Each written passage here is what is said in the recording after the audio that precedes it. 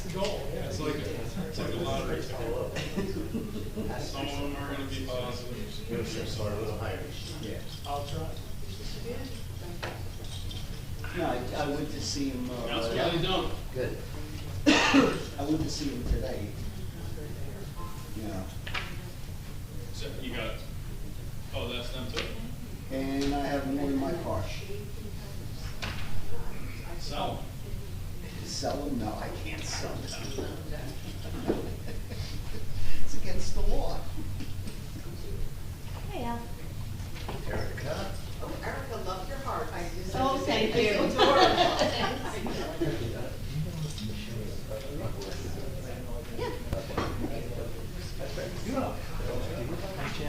Not with me. Okay, don't worry about it. I forgot, I just. I should've left it too. Nah, I realized when I got home, I got here, I left it.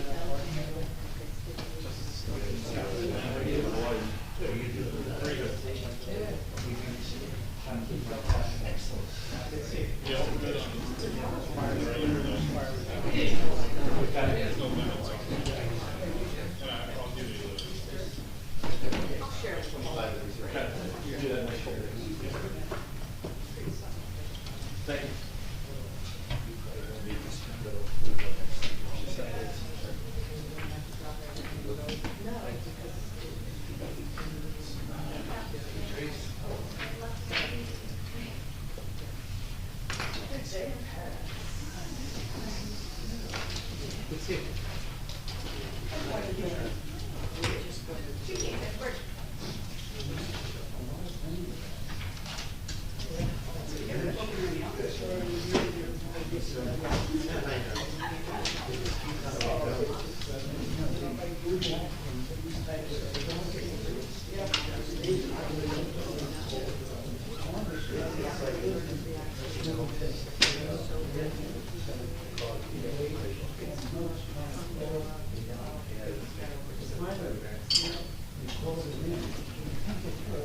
Oh, yeah.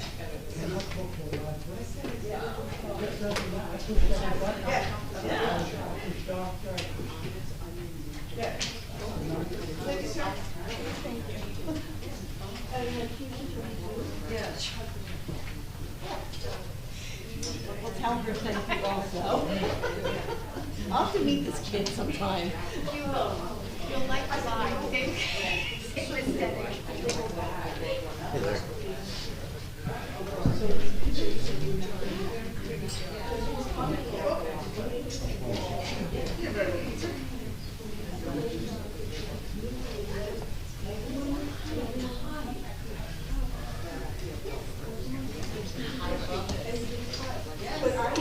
You got COVID tests and candy. I know, right? Thank you. The only red I own is my coat. Hey, it's still red, other than a, you get a t-shirt. It counts as red. How are you?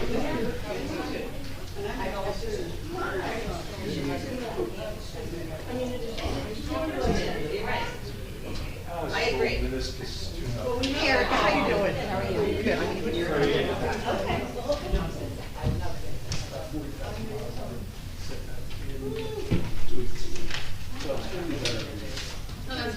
I'll put your office. You got it. Some steps. You know what? I'll do a trade with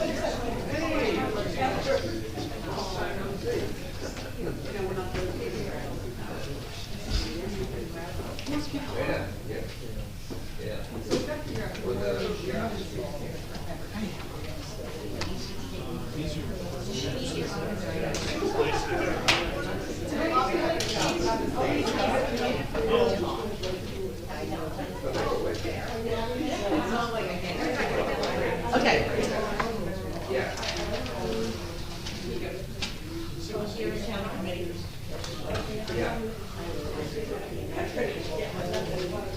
Oh, happy Valentine's Day.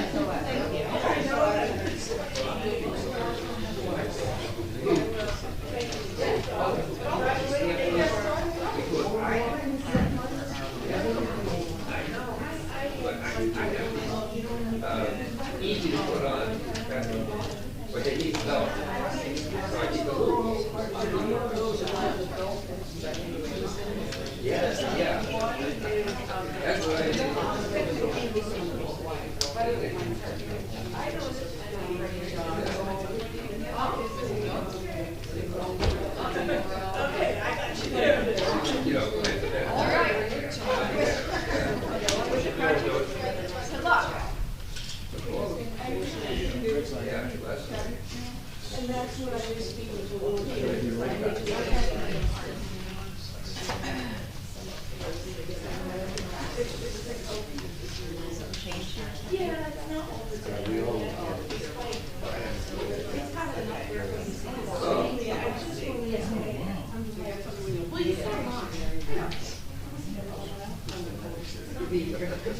Oh, yeah.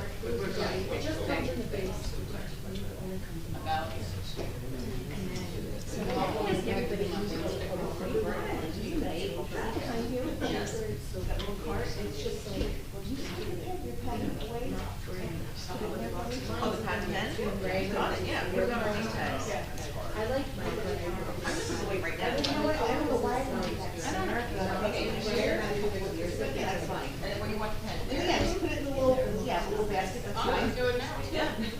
Usually. I bring my own Oh, pen. okay. Yeah, so we You know got what, that I done. don't Save every the time I time. go back and forth to my office. Just leave it in there. If we need them, we'll take them out. And if we don't. That's what people think. Right, so it's a week or a week. No, I see this is here, something changed on the Just, just design. Oh, The okay. times haven't changed, it is. Yeah, got it. Okay, okay. I just, that's my thought. That's the only thing. I didn't have a chance to email that to everybody, but I did. Well, hopefully it's even less than that. Yeah.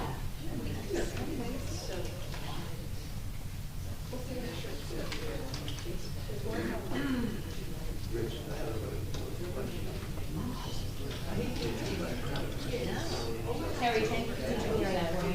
Yes, I didn't come in too late. 'cause we're gonna- No, that's fine, So, that's fine. yeah, sure, but I wanna get that out. Yep, me too.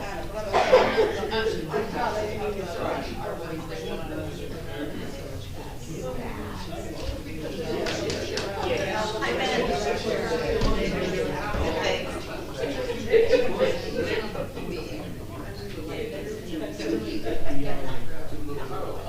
And my daughter has to be there. I appreciate.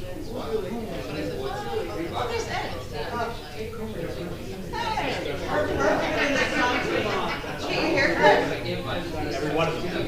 It looks very nice. I see you got Ash Wednesday. That's already, that's already. Nice. Looks very nice. You're welcome.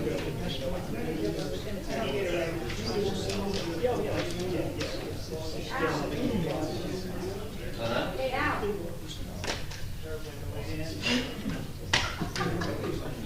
Are you gonna put a big heart? Yeah. There we go. Love you.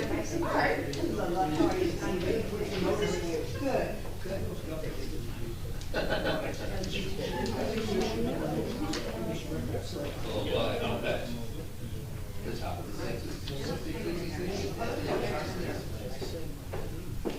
Oh, yeah.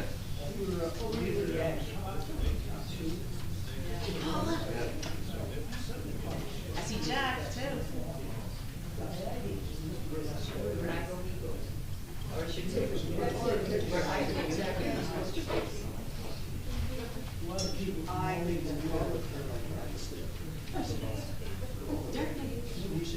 No, you said.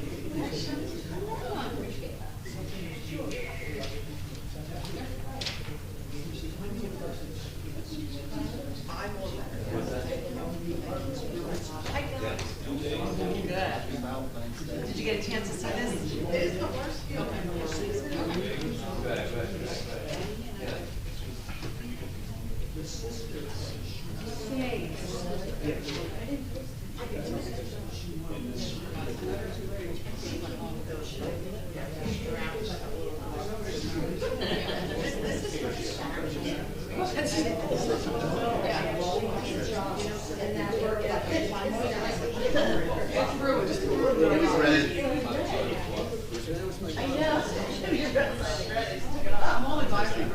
I have no red. I look well. I don't know.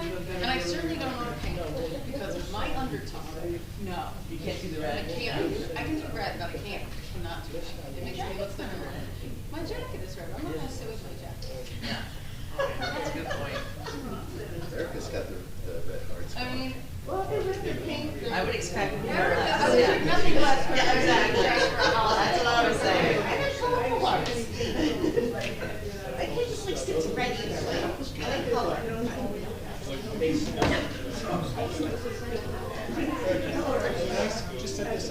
As long as it doesn't knock out the. And on that note, I would be like, no, I won't be.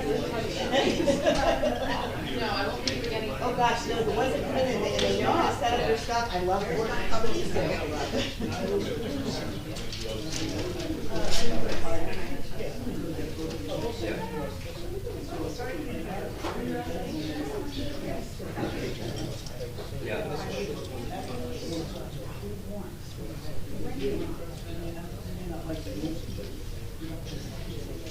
Oh, yeah? It's on the other side. Would it be easier if I moved that mouse? Yeah, I'll get it.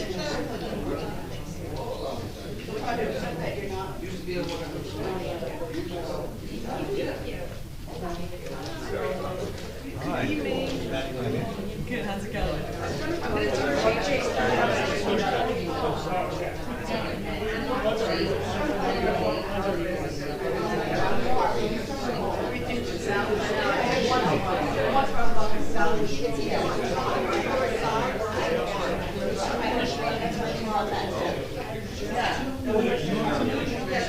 That's a serious problem.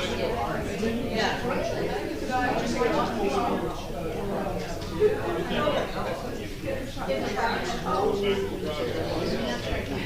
say that's, you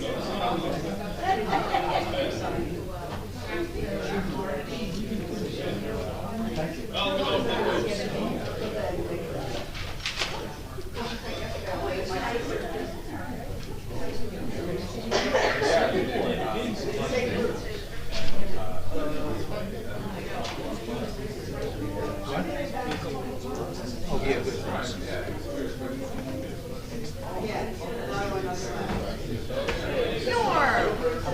Good, long time no see.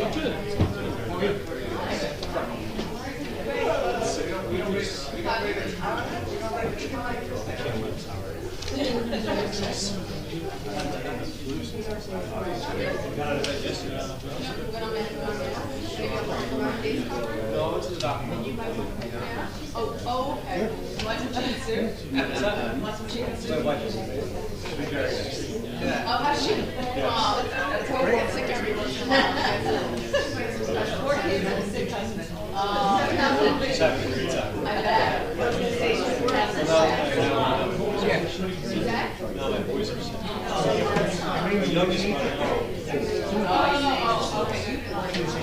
No, my youngest brother goes to school. He was in class this weekend. My wife told us all to get food shops. She's about it. You lost it? Yeah, that's what post, right? Yeah, just like that. That's right. I tell her. And got some really I'm really lucky she's taking care of me. You are like, the box in the basement. Yes. One spoon.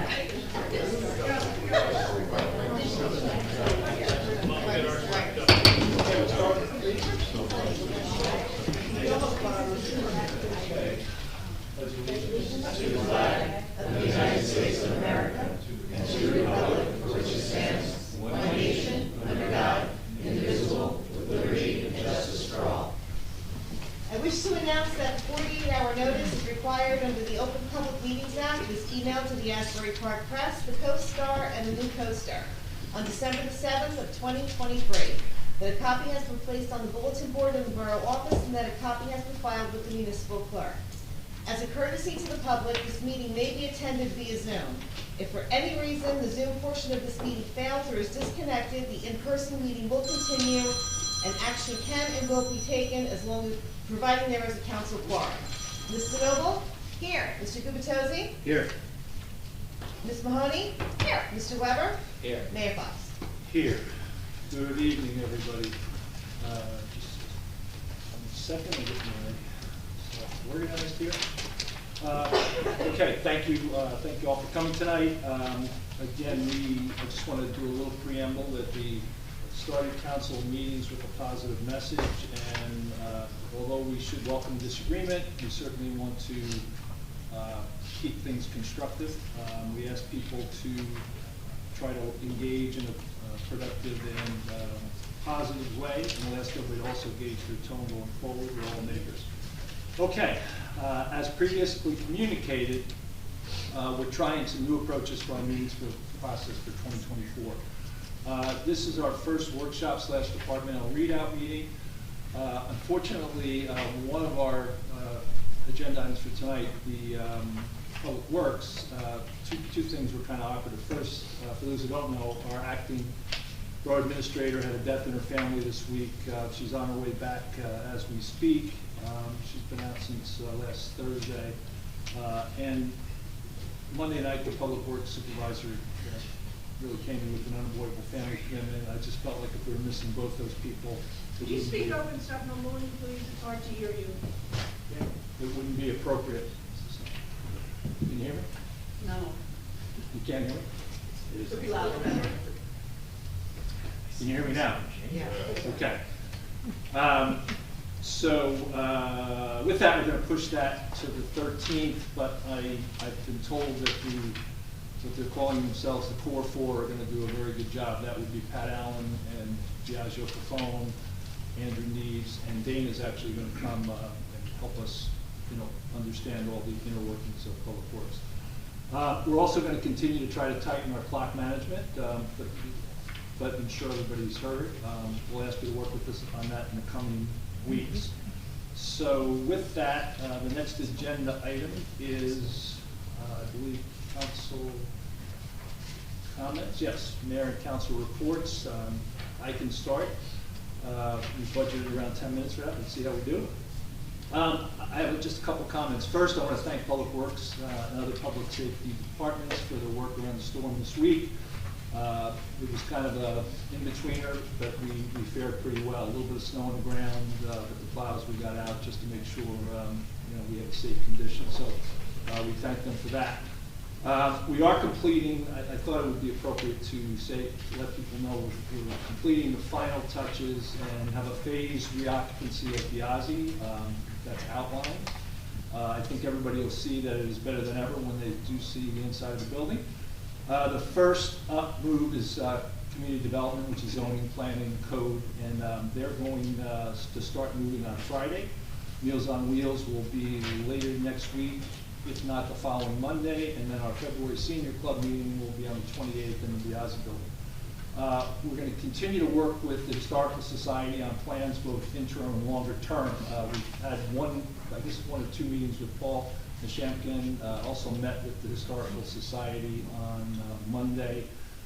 So we've got some ideas on how to maybe optimize them as we move forward. Last thing is just check the website for library and recreation upcoming events. And with that, that's my comments. Councilman Weber. Okay, thanks. Hey everybody, happy Valentine's Day. Love being here. Love that you're here. I'm going to start off by making a comment on the agenda. I just want to go on the record and say I don't actually agree with the part of the agenda where it says that the public comments are limited. I mean, this one's 15 minutes, this one's 20 minutes.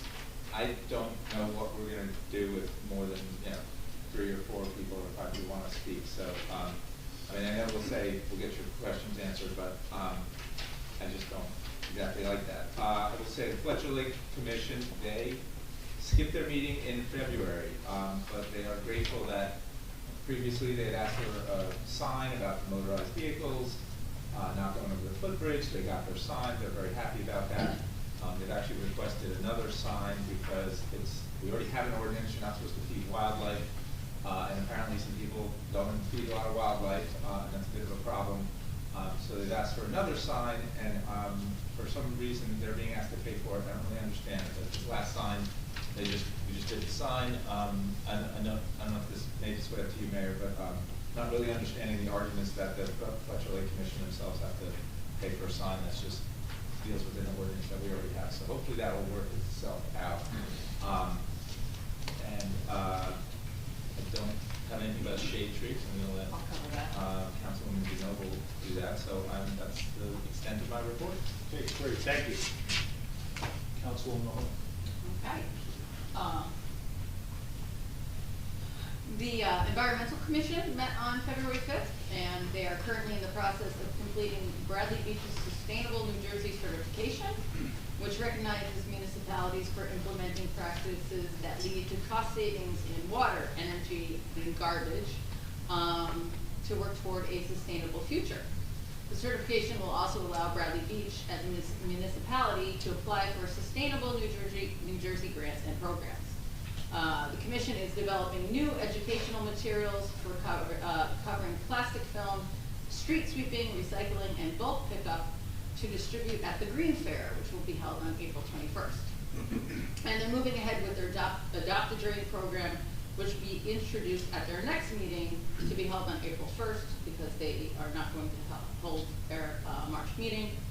And the Land Use Board will have a meeting tomorrow, February 15th. And that is my report. Great, thank you. Councilman Glutosi. Thank you, Mr. Mayor. The 2024 budget, we've talked about this a little bit. I just want to remind everyone that normally it would be due, at least the preliminary draft, to the council end of January. At an earlier meeting, we pushed the deadline for delivery out to no later than February 27th.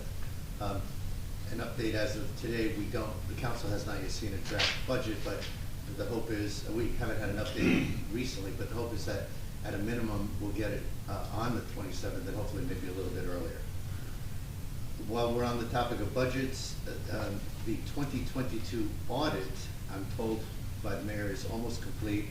The council was just notified recently that a audit closeout meeting where the auditor takes the administration through their findings for the 2022 year is tentatively scheduled for next week, next Wednesday, February 21st. And one of the council members will represent, the rest of the members. Again, we can only have 2 people in a meeting, or else we're deliberating, which is not allowed by law.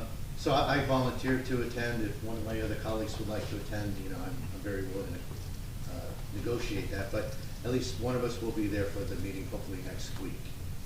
I do have a police report, and thank you, Detective Lieutenant Browning. The police arrested a subject for receiving stolen property, and they also arrested 2 individuals on outstanding contempt of court warrants. So fortunately, a relatively calm month, although I'm told that the police, in fact, are very busy. Unfortunately, crime is very low, so, for at least for a month. There's a reason for that. Thank you. That great force we have. We, the council, working with the mayor, is still fine-tuning the BBBCA memorandum of understanding. Hopefully next week, when our business administrator returns and Mr. Cannon is available, we'll fine-tune that. It's really important for the council and the mayor, the governing body, basically, to just all agree that we've got a really good working contract to make sure that we can support the BBBCA as much as we can. And then finally, the Sylvan Lake Commission, their next meeting is February 21st. I have follow-up with them that I will owe the mayor and our business administrator after that meeting, just to confirm members' status of how many years into their membership they are, and I should have that at the end of next week. And that concludes my report. Thank you. Council President Zerbe. Thank you, Mayor. The Shade Tree had a meeting on February 7th, and they had 4 applications. They approved them all. Looks like there are 8 trees being removed, but there will be 13 replacing those trees. The tentative date for the planting is May 4th. If you are interested in getting a free tree in front of your home between your sidewalk and the street, you can fill out this form. It's free. You'll get like a 6 to 10 foot tree, free. Or if you like to have a tree to honor someone, you fill out this form, and that helps subsidize this program. And you can make Bradley Beach greener and better. And the tourism had their meeting yesterday, February 13th. They are looking forward to the Shamrock Hunt on March 6th. Let me see. Oh, I think it'll be the week of St. Patrick's Day, so around then. And also the Green Fair will be April 21st from 11 a.m. to 4 p.m. And just a heads up, they're planning to have the best summer ever. And then I went to the Board of Ed meeting, and the Board of Ed was presented with their audit for the fiscal year of July 1st, 2022 to June 30th, 2023, last Tuesday, and received a glowing report on their financial status. They were audited by HFA, who presented a slideshow of their work along with praise for the board's administrative team of Superintendent Michael Heidelberg and CFO David Tonzola. And we thank them for watching our tax dollars and creating such a wonderful environment for our Bradley students. We're still waiting for our borough audit for the calendar year of 2022. I think we can anticipate to see that next week, and we look forward to seeing that. And one more thing, January was School Board Recognition Month, and Michael Heidelberg had a statement I'd like to share with you. The Bradley Beach School Board has shown great dedication and commitment to ensuring the success of students in this community. They have consistently made decisions that have positively impacted the educational experiences of students, from implementing new programs to providing funding for necessary resources. The board's hard work and dedication has not gone unnoticed by the community, and they should be recognized and celebrated during School Board Recognition Month.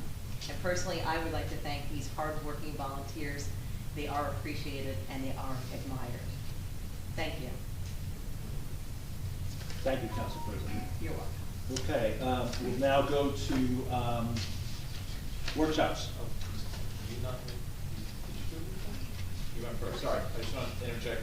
Fire and first aid. What did I cover? What did I cover? Yeah. Sorry. Fire and first aid, we decided we're going to report out monthly. They had meetings, I went to both of their meetings, but instead of reporting every meeting, it's going to be every other meeting. So just want to say that. Thanks. Thank you. Okay, so our workshops, we have really two, the next two agenda items are really more interaction.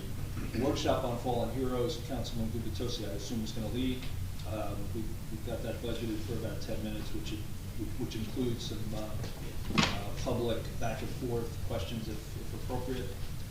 Presentations and bids, as I said, we're going to forego the Public Works, we're going to have BBVCA Town Survey, CME projects, and then we have two proclamations that we'll be reading. On the presentations and bids, the interaction with the BBVCA and the CME will primarily be with us at the council. So with that, I'm going to turn it over to Councilman Gubitosi. I think it's up on the board. We do. We have a PowerPoint presentation, and anyone who might want to follow along, there are some scattered hard copies of the presentation in the audience. I expected to have Mr. William Duffy join us this evening. He's been just a wealth of information for me on this topic. Unfortunately, he's helping his wife through an illness, and he's unable to join us tonight. So I will commandeer his presentation. But I met Mr. Duffy through, basically through his Facebook posting. He, if you're following along, we could turn to slide 1. And quick background on Mr. Duffy, who insists I call him Duff, is that he lives in Brick Township, Vietnam era veteran. I don't believe he actually served in Vietnam, but he did serve during that time period. 68 to 71, been law enforcement for 40 years. And what's probably most important is he has made his passion the historical research on fallen heroes. Fallen heroes, focusing primarily on Monmouth County. He has already compiled 19 biographies of Bradley Beach's 19 individuals who lost their lives during the war. We'll talk about that in a minute, but there's 7 in World War I, 11 in World War II, and 1 gentleman in Vietnam who died in service. He's made it his basically life passion to research this. He posts these things on Facebook, and this is how I first connected with him. He's also worked with many other municipalities, including some of the ones listed here, Bayhead, Point Pleasant Beach, Point Pleasant Borough, and a few others. On the next slide, if we can go to that, are just some examples of banners that some towns around New Jersey use to recognize their fallen heroes. Brick Township, on the left side of this slide, is actually representative of banners that Duff helped Brick Township create. And then there are just a couple of other pictures from Hazlitt and Hanover, but many towns in New Jersey do recognize their fallen heroes in this manner. On the next slide, there's a couple other forms of recognition. There's a brochure that Mr. Duffy's put together, and inside this kind of a brochure, I mean, it can be designed however the borough would like, but in this form, that might be, in our case, you know, as many as 10 to 20 pages, he profiles all of the individuals who died in service. And you can see a little excerpt of one of the brochures that they did for Point Pleasant Beach. You can also certainly have monuments, as we have in the center of this page, our own World War I memorial. And you can have monuments in a lot of different shapes and sizes. The far right is just a boulder with a bronze plaque that also recognizes fallen heroes in another town. What I really want to get to is the next couple of slides, because you know, Bradley Beach does have, as I mentioned, our own fallen heroes. Individuals who were residents of Bradley Beach, went off to serve, and never returned. We have a World War II memorial pictured on the left. It's labeled Veterans Memorial Field because that's where it's located, that facility near the rec center. And at the base of that World War II memorial, you can see in the center is a separate memorial piece of granite, basically, that we've dedicated to our fallen hero from Vietnam, Stuart Melnick. On the far right, you can see our Riley Park World War I monument. In talking to, I reached out to Duff because I said, you know, what do you think? You've done all this research on Bradley Beach and other towns. You know, what do you think of what we do, and what can we do to improve our memorialization of these individuals? And he did have very specific recommendations. I'd like to share them as part of this workshop and invite the public to provide their reactions. But he said, you know, first and foremost, he really thinks we should have more of an effort to have all of our recognition located in one place. So on Memorial Day, you know, when we're recognizing these honored dead, we're not traveling around, for example, going over to Veterans Park as well as Riley Park and so forth.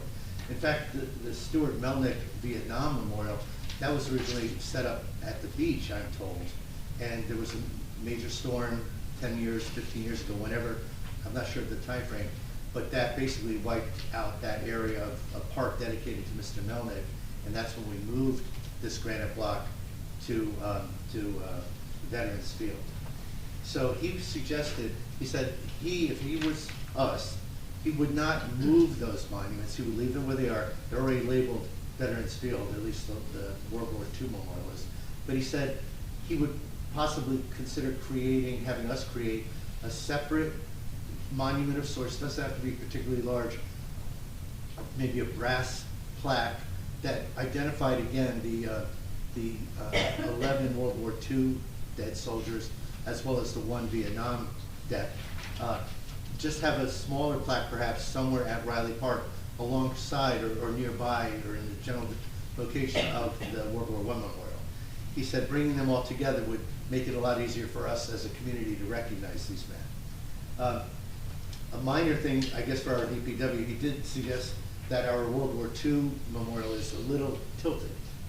I didn't notice that myself, but to the extent it is, you know, we can certainly correct that. Maybe the more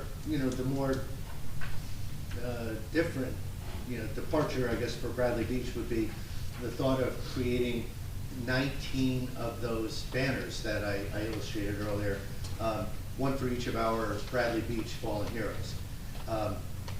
And rough pricing on those, I have done no super detailed investigation, but I've talked to a couple of entities.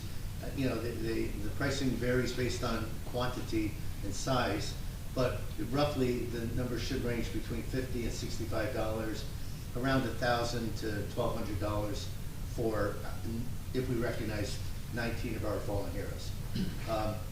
Also, for probably under $2,000, Mr. W said he could create a brochure or work with us to help us create one where we could use, at no charge from him at all, the profiles that he's developed for our fallen heroes. The next slide just kind of encapsulates what I was just talking about. If we were to create a smaller memorial for Riley Park that would just commemorate World War II and Vietnam, as well as doing the fallen hero banners, as well as doing the brochure, the high end of the cost range might be $10,000 to $12,000. And that would be if we had a significant cost invested in the new memorial edifice, stone, whatever it might be. There's a very good chance we could do that much less expensive. A bronze plaque by itself might be $5,000. But if we can mount that, if DPW can help us perhaps with some sort of a little construct, there may be minimal cost for the borough. So 10 to 12,000 is the kind of high end. And then we have to make decisions. And keep in mind, we're trying to do this, if we can pull this off, do it by Memorial Day of this year, May 27th. The decisions we look at include the design and the location of the banners, the design and location of the new war memorial, possibly utilizing DPW, and we're going to talk about this a little later today, establishing a trust for private donations for fallen heroes. We're not thinking about spending taxpayer dollars on this, but rather asking for private contributions. One of the things we have to figure out is how we're going to go about asking for those donations.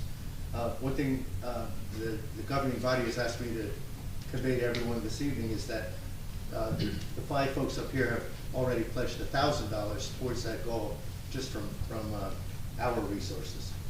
So that is the general plan. It's not in the PowerPoint slide, but in the back of any of the paper documents, there's actually Duff's write-up, the bio he put together of Mr. Melnick. And you get a sense for the amount of depth he's done in terms of researching our fallen heroes. So this bio would go in a brochure if we were to put one of those together. Again, I had hoped Mr. Duffy could be here just so he could share experience or two of what he's done with other municipalities. But I was personally just overwhelmed by all the effort he's put into his research and what he's done with other towns. And I've had an opportunity to bounce this off of everyone up here. We're very supportive trying to bring this forward to just get Bradley Beach that much further down the path of really being able to appropriately recognize these individuals who have given their lives in service of our country. But we also wanted to give you, our residents here and on Zoom, a chance to opine and provide any feedback you can to us. So that concludes my presentation. Yeah. Oh, I mean, it's okay with. Kind of jumps. That's all good. Thank you, Paul the Champion, 411 and a half Lorraine. Duff had approached me actually about 6 months ago. I don't know if he mentioned it to you. And I was remiss in really not moving this forward faster. I'm glad you have. I'd like to vouch for his research has been fantastic. And if you've actually seen his postings, which he's been posting also, I've been reposting on the Historical Society website, and they're all up there. The number of photographs and articles associated with each one of the fallen heroes is really quite an immense amount of research, and he's really done a great job. I'm not sure if I agree with him on not moving the monuments. I think it would be really good if all the monuments were in one place in Riley Park. But that's just, you know, it might save some money, and also I just think it would be appropriate to have them all in one place. And certainly the Melnick monument certainly should be improved. It's almost invisible. So I have no idea where it was on the beach. I have not been able to find exactly where it was, but I think it might have been near the fountain originally. Yeah, there's a similar, Paul, there's a similar, about the same size for one, we have two fallen policemen through the years, and Yeah. the promenade, the flag at the promenade, there's a very similar kind of a memorial to one of those police officers, so I know that Yes, I one's know. there. So there's, there's a scattering around town of people's there, so. Yeah, So you're probably aware of that. I'm sure that we have not on Memorial Day been actually going down to Veterans Field to No. lay a wreath there, and that's always bothered me, so. I really think it should all be in one place. We do have, as the mayor said, 2 fallen, 0 police officers. This clearly is focused on the military, but it was Bud Cousins and Jack Wright are the 2 police officers. Thank you. Okay, thank you, Paul. Anybody else? Yes. Thomas J. Cohen, 612 Third Avenue. I just had a comment about the picture of the World War I monument. Would it be possible to mount additional brass plaques underneath the ones that are there and not create another edifice in the park, but, improve the one we have? That way all those names would be at one location for review by the public. It's just a thought, but thank you very much for putting this together, Councilman. Okay, thank you, Councilman. This is, I've read a number of, as Paul has and others, Mr. Duffy's biographies of these folks, and it's really compelling, and it does a great job. I'll just make a comment, Mr. Mayor. I too like the idea of having all those monuments in one place. The problem is that World War II monument, at the very top, it says Veterans Memorial Field. So it's sort of like, if you take it away from the field, then it's, I think, I like your idea, Paul, but I think one way or the other, we're probably making a new monument, so it's tricky. We'll figure it out. Okay, we'll move to presentations and bids. I thought we would start with the bottoms up here. We have 2 proclamations. I thought we would read those first and then go to BBCA and then CME. We've got about 60 minutes budgeted for that, and we're pretty much on course right now. I can start with the first proclamation, proclamation in memory of borough resident Harvey Rosenberg. Can you hear me? Whereas on behalf of the Borough of Bradley Beach, the Mayor and Council wish to record the deep sorrow for the passing of Mr. Harvey Rosenberg on December 31st, 2023.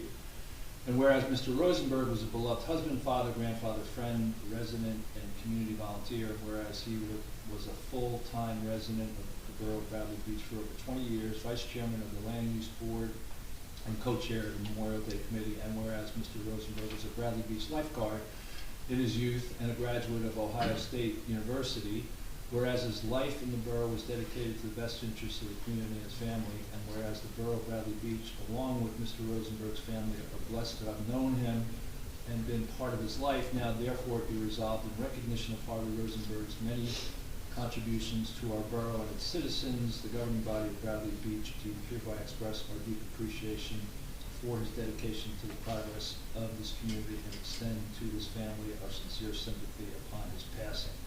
Dated 14th of February 2024. Harvey's 2 children, one lives in North Jersey and the other in Florida, could not make it.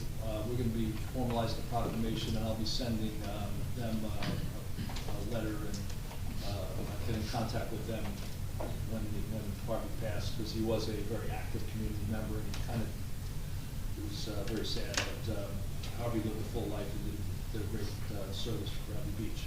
So we all miss him, and hope he's having a good round of golf wherever he is. Yes.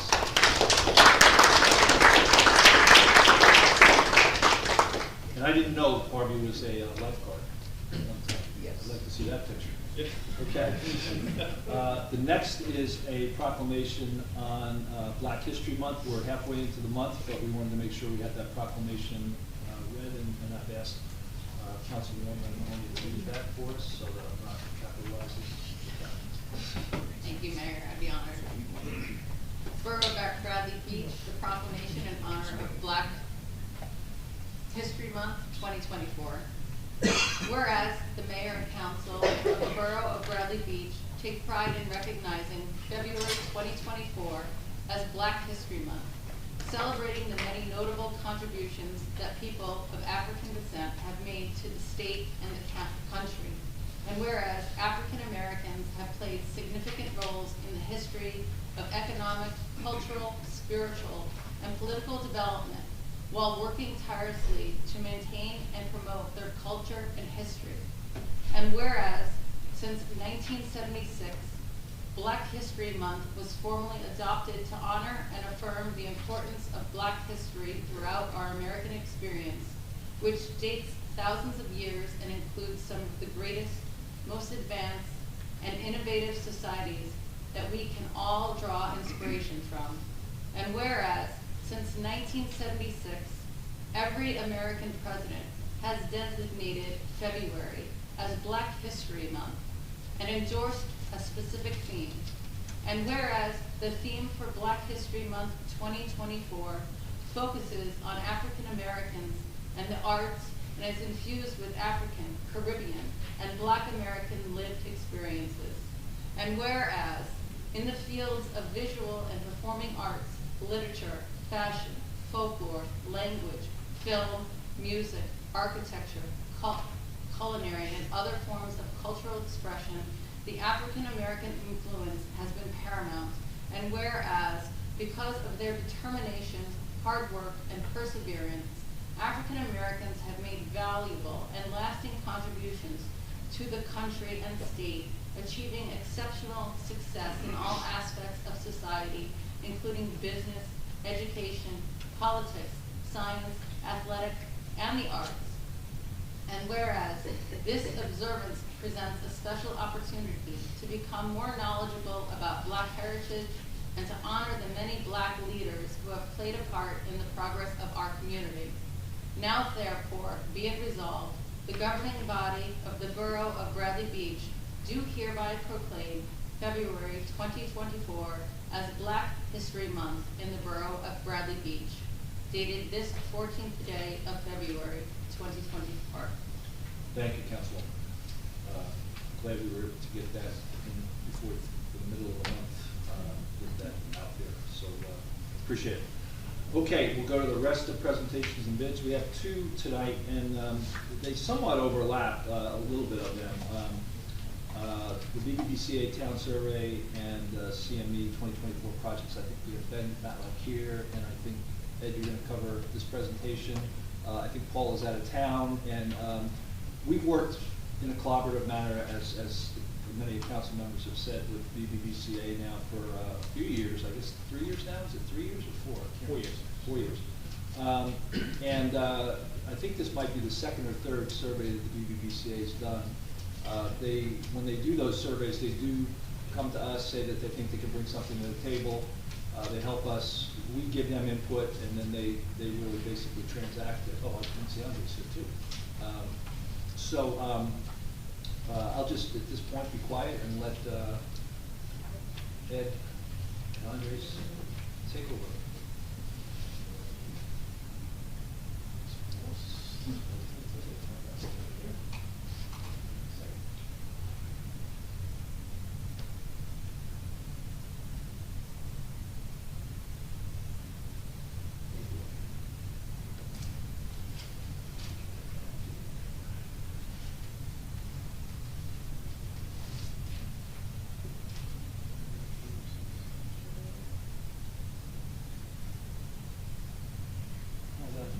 Capabilities. Very good.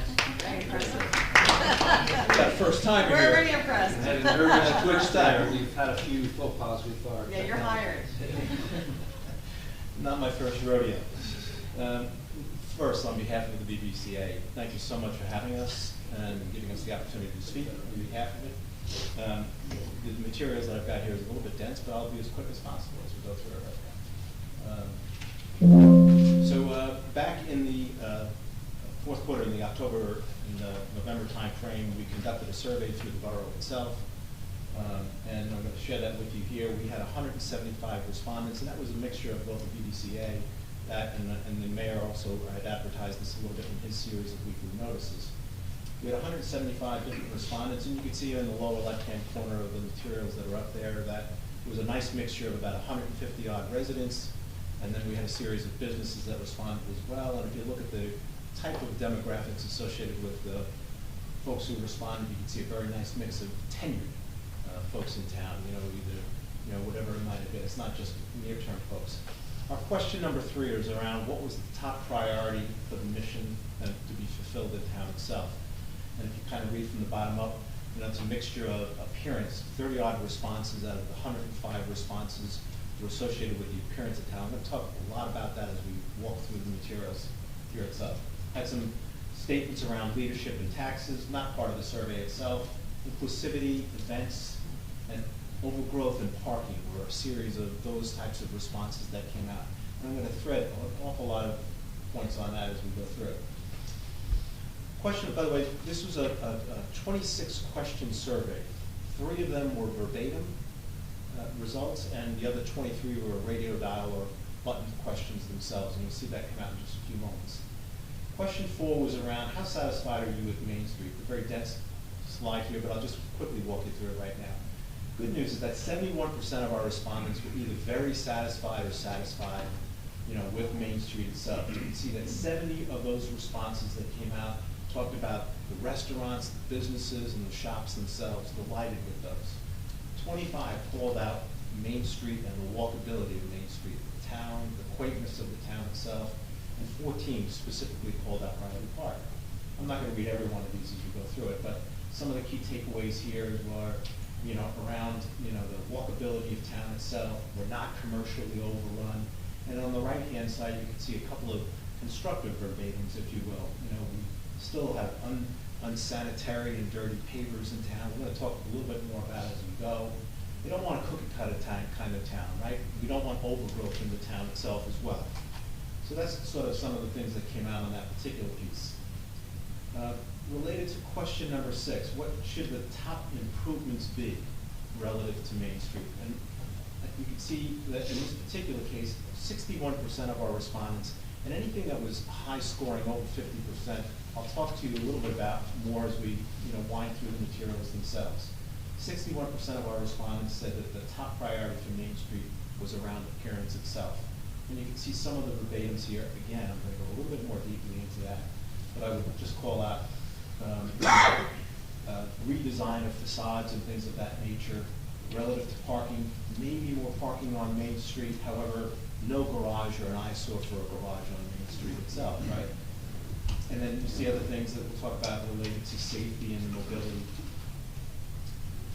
Questions number 7 through 10 were all around beautification itself, and you can see that the top responses in those areas themselves were around what do they think. This isn't that we don't have it, but it's high value to have things like cleanliness. 86% of the respondents said cleanliness is important in town. 54% of the respondents talked about disposal units, and 11% of the, 69% talked about trees and plants.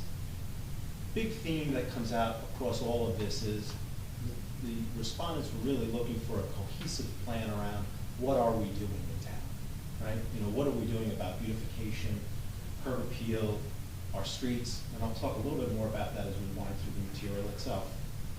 I'm from Brooklyn. Am I speaking too fast? Am I good? No, you're good. Perfect. Right. And that's not an excuse. I just happen to go that fast, right?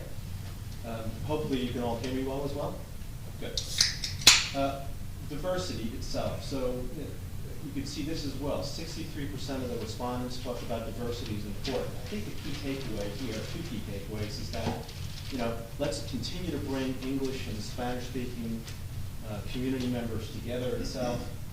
Let's attract more diversity of businesses on Main Street if we can do that. And it's very welcoming, and we should spend time welcoming both newer residents and long-term residents related to diversity.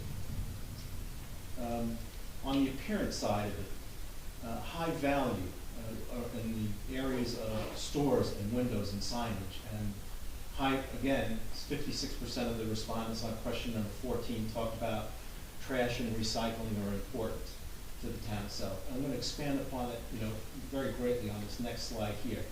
So take a look at this. This was our highest scoring response overall. It was around appearance. Fairly dense slide. I'll let you read it yourself, but what I would really call out again is create a cohesive plan for curb appeal. Preserve the town's charm and quaintness in town itself. On the appearance side, clean up the greenhouse itself, right? The greenhouse is a little bit run down at the end of town. What are we doing about that? Lighting poles and the excessive wiring on the poles are a distraction. And we need a uniformity of designs and poles. We have about a 50-50 mix in town. I did a manual count of single lamp and double lamp poles in town itself. And then I would just call out to your attention as well, relative, this is again in the area of appearance itself, the things around amenities. And some of those also cited, as you can see in green on this particular chart as well, that beach appearance in summer points came out in the theme, not just on Main Street itself, to talk about the ability we need to improve the beach umbrellas themselves.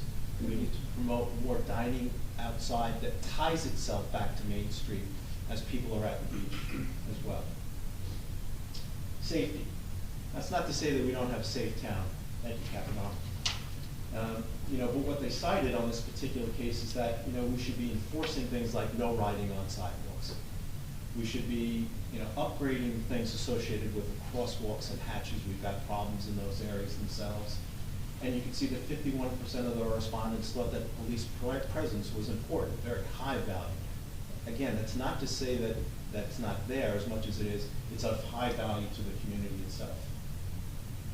In the areas of service associated with that, you can see very high scoring. 68% of the respondents said that events in town are very important, high value. You can see that on the other side, one of the questions that we raised was around babysitting. Is babysitting something that's important to our respondents associated with it? You can see it was the other way. In so many words, it was not the town's business to worry about that. We should be able to care for our own children. And then sort of a mix of, on the trolley side, folks saying it's important, maybe not as important, let people fend for themselves associated with doing that. And then on unification, you can see, again, it came out a little bit on some of the statements that I made earlier, that lamps and matching poles at 64% were important to the series of constituents that responded to the survey. Sidewalks and pavers came back out again. So where does that leave us? I'd like to just at least offer a few recommendations for your consideration. Again, dense materials themselves, but I would call out that a lot of this cobbles together into a very common theme, which is, what are we doing relative to the beautification and the enhancement of Main Street over the next couple of years? Things along the lines of tying together the disposal units themselves. How do we hide trash cans, and make that a little bit less visible, if you will. Things along the sides of what are we doing about enforcing police, enforcing police to refrain from riding on sidewalks? Should we be, in fact, promoting a new bike safety program itself? And so those are the series of recommendations that came forward.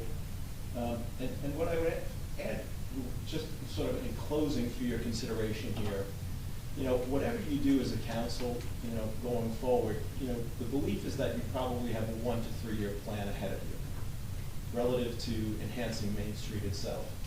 And if you took a look back at what I was suggesting to you before around appearance and parking, unification, beautification themselves, there are things that we can do right now in the borough that I think we are doing in the borough.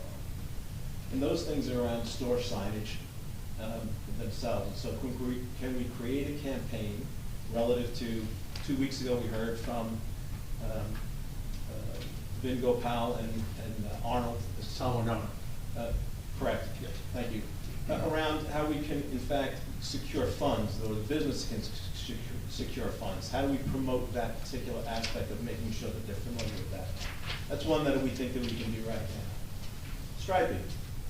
Parking spaces were of concern to folks. I think striping as an opportunity on Main Street has been discussed for a period of time. I know I live on 2nd Avenue. Councilwoman DeNoble, I know you live on Third, and the striping that took place there, although it was objectionable to me for the first week that it was down, you live with it. You learn how it actually promotes new spaces. So you were one of those objectionables? No, I didn't publicly say that. It deterred me. I know you did. But, you know, it was an eyesore to start, but after that, it's not. It's fact of the matter is it created more Yes, a spaces change. for the It's a town. change. It was a change, right? But you can do that on Main Street and create better parking on Main Street itself. So what kind of decision needs to be made on that? And then we're doing things within flight. What I would draw your attention to, though, is from the papers on down through street lamps and trees and beautification. You know, some 4 years ago, the walkability study was done in town. With Rutgers and others, right? And at that time, it talked about how do we, in fact, enhance the pavers, how do we do the poles, and it came up with a series of recommendations. Fast forward to 2 years later, you know, when CME and Associates came in, and they did their own series of results to you as well, and recommendations. And what you see on this particular chart here is a summary of what they proposed 2 years ago. Those are old statistics. This is draft only. And what I would say is that, excuse me one second, let me just take a drink. Sure, that's okay. As opposed to looking at the citizens of the community and or the businesses in regards to either raising taxes or assessing businesses themselves, why don't we do something similar to what Manasquan did with regards to going out, looking at grants associated with what they did for upscaling their Main Street in Central, in Manasquan itself. How do we, in fact, go back to the New Jersey State Commissions and secure funds associated with the beautification type projects that we need to do? And working your way up from the bottom, you need to make a decision around what are you doing with pavers or sidewalk itself. How does that get funded? Everything else that's on the bottom of this list associated with trees and benches and recycles are all layers on top of that, right? And so the decision needs to be made around how do we in fact secure funding, whether it's through those agencies and or other things in the budget within the next few years. And so what we offer you here is just sort of a straw man of a plan that says, can you in fact secure funds, start from your pavers up, again, no taxes on the citizens themselves, no assessment on the businesses. How do you secure funds associated with doing these types of improvements? And then what can the community do in support of that? And then I'm open to any questions that you might have from there. Yeah. First, thanks for this great summary. I'll just jot down two things I want to mention. You mentioned the funding out of Manasquan, and for those who don't know, Manasquan just recently got a $2 million grant. And it's actually the same grant that we applied for a couple of years ago. As part of, we did the New Jersey, the Rutgers, I think it was DOT study. That's right. It was prior to before my time, but it was probably a 30-page comprehensive set of recommendations, as you said. That it had bump outs, it had cross streets, it was a very bike lanes. It had a number of recommendations. We actually made that same application, and I think I want to say the number is like many hundreds of towns apply, and very few did they give a couple a year. So Manasquan was very successful. Now, I think Manasquan's engineering firm, if I'm not mistaken, is CME. So we should I was be going to picking say their that, brains and Mayor Fox, that it is and working CME that with- did that. We should work with them and see what they did, what was the secret sauce that they had in Right. regards to being able to put forth maybe a better application than what we have in 2022. Yeah, and then my next comment would be that the new mayor in Manasquan, Mike Mangitt, I've been speaking to him on, we both have some issues with one of our ordinances that we're working through kind of jointly and trying to bounce some things off each other. We can certainly get some time with him, and because prior to being the mayor, he was council there, so he's got some experience on how they've got this, and we can also talk to CME. Those are a couple comments I have. Any other council want to comment? Yeah, and this is great and great presentation. I really appreciate this. quick question for CME. I don't know how striping costs us nothing, but maybe Ben can address that when he gets up, because that does say nothing, right? Striping zero. I don't know how that works, but, That's not on them, Councilman Weber, that might have been my error. Okay. That's something that. So it's not, so it costs something, okay. It would cost something, my error. I wanted to comment about trees though, because I feel, you know, lots of unification on Main Street in general would be good, whatever you're talking about. Benches or garbage and recycling bins or, you know, trees. As our ordinance stands right now, like just like homeowners in the rest of town, they're responsible for the tree that's in the right of way, okay? And my feeling is, because the town has sort of unofficially taken control of those trees, at least a couple times since I've been up here, we basically paid the county to come and trim all the trees on Main Street. And we didn't ask the store owners, property owners for anything, we just did it. I would like to make that official, and let's just like say, hey, we're taking over the Main Street trees. Because if we're going for a unified look, I don't think we're gonna get there if there's 75 different property owners that are all responsible for making decisions about the tree that's in front of their property. I would love it for the town to take that over, and then we could make things like this happen a lot more easily. You could extrapolate on that and say that's true for the whole shebang.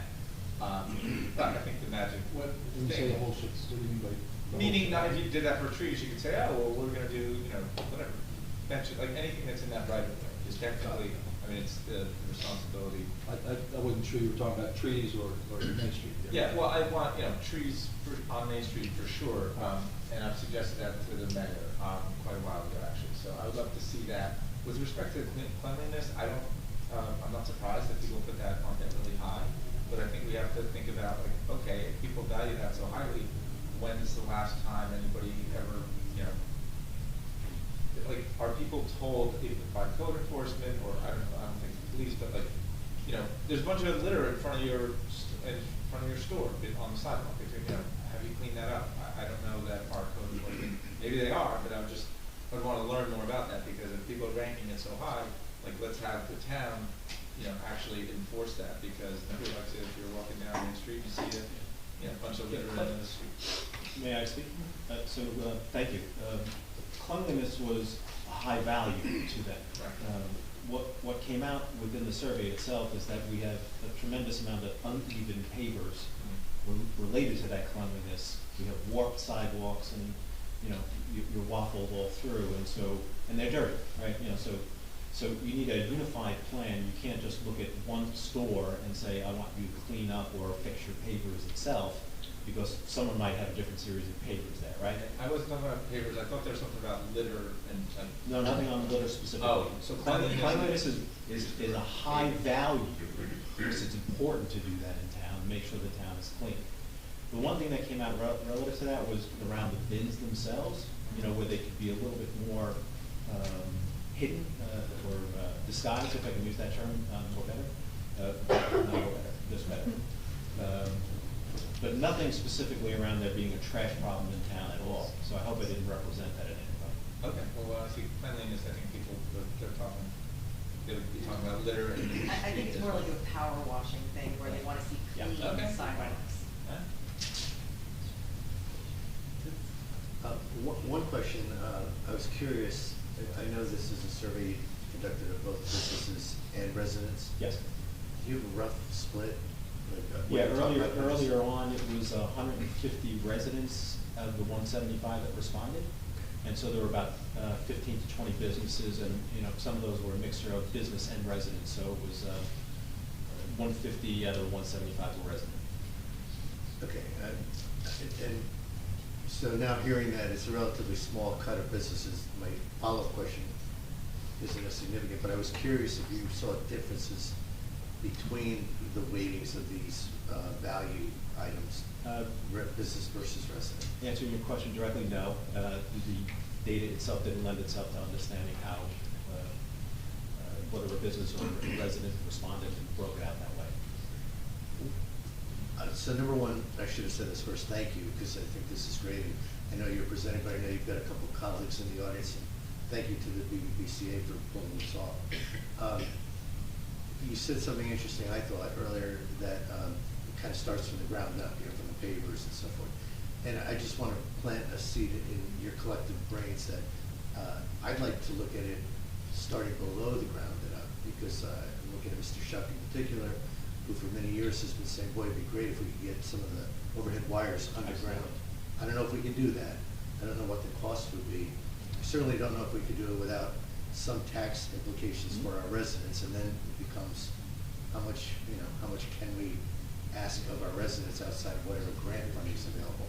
But I'd love it as you continue to explore recommendations and bring them to the council, if you could expand your scope to evaluate what you think could be done for segments or all of Main Street in terms of bringing wiring underground.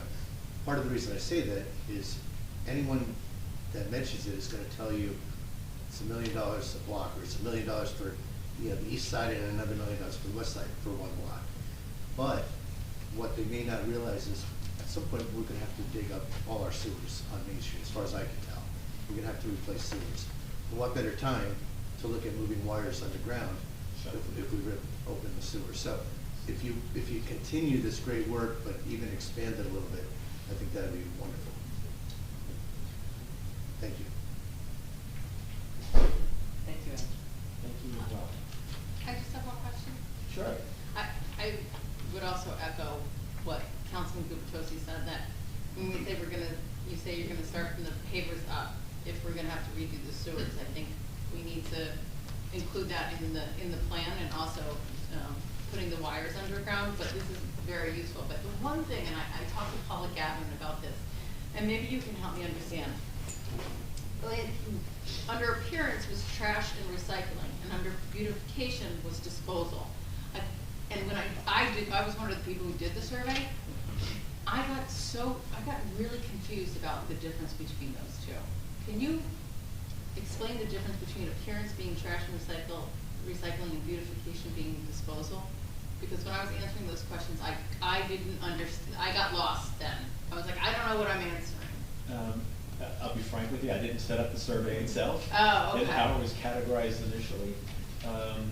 But I think at the end of the day, it's still talking about the need to have a cohesive plan associated with, what we're doing with, as I said before, disguising trash in town itself, and then there's a little bit of a mix in there around, keeping the sidewalks clean themselves. And I hope I'm answering your question. Okay. Because there were so few, they were very pointed questions, and I thought they were great questions. I thought it was a great survey, but then I said, oh, I was like, what is disposal then? But anyway, good survey. I appreciate your answers and seeing how everything broke down. But I just didn't know if you could tell me what the difference between those two is, because I was confused. But, but thank you. So one last statement, and thank you as well. So is it that you will look to appoint leadership towards some of these, or that is our recommendation as well? Which is how do you plan to sort of take that and then action some of that, if you will, on your own behalf, not on the BBC Hayes behalf, but on your own behalf. Where does that go over the next 1 to 3 years? This is sort of the third time through survey work. It's a very good question, and I actually think when we get done with the next presentation, it's actually going to bring some of that together, because the action piece of this is we work with our engineering firm and we work with the council to say, okay, here's what's possible. I think it is, to your point, it's a 1 to 3 year plan, but we need a plan. We need a plan. We need, what's the funding, and maybe the things that we try to get funding on, we push out. The things we can do ourselves in the short term, we bring in. There's any number of ways to cut a plan like this, a 1 to 3 year plan. I think that's what we have to really kind of come back on and say, how do we want to approach this? So I think CME, I asked you to lead with that and do the second piece second. You may want to listen to that, because I think it's going to dovetail, and I think that'll generate, more conversation amongst us on how to approach this going forward.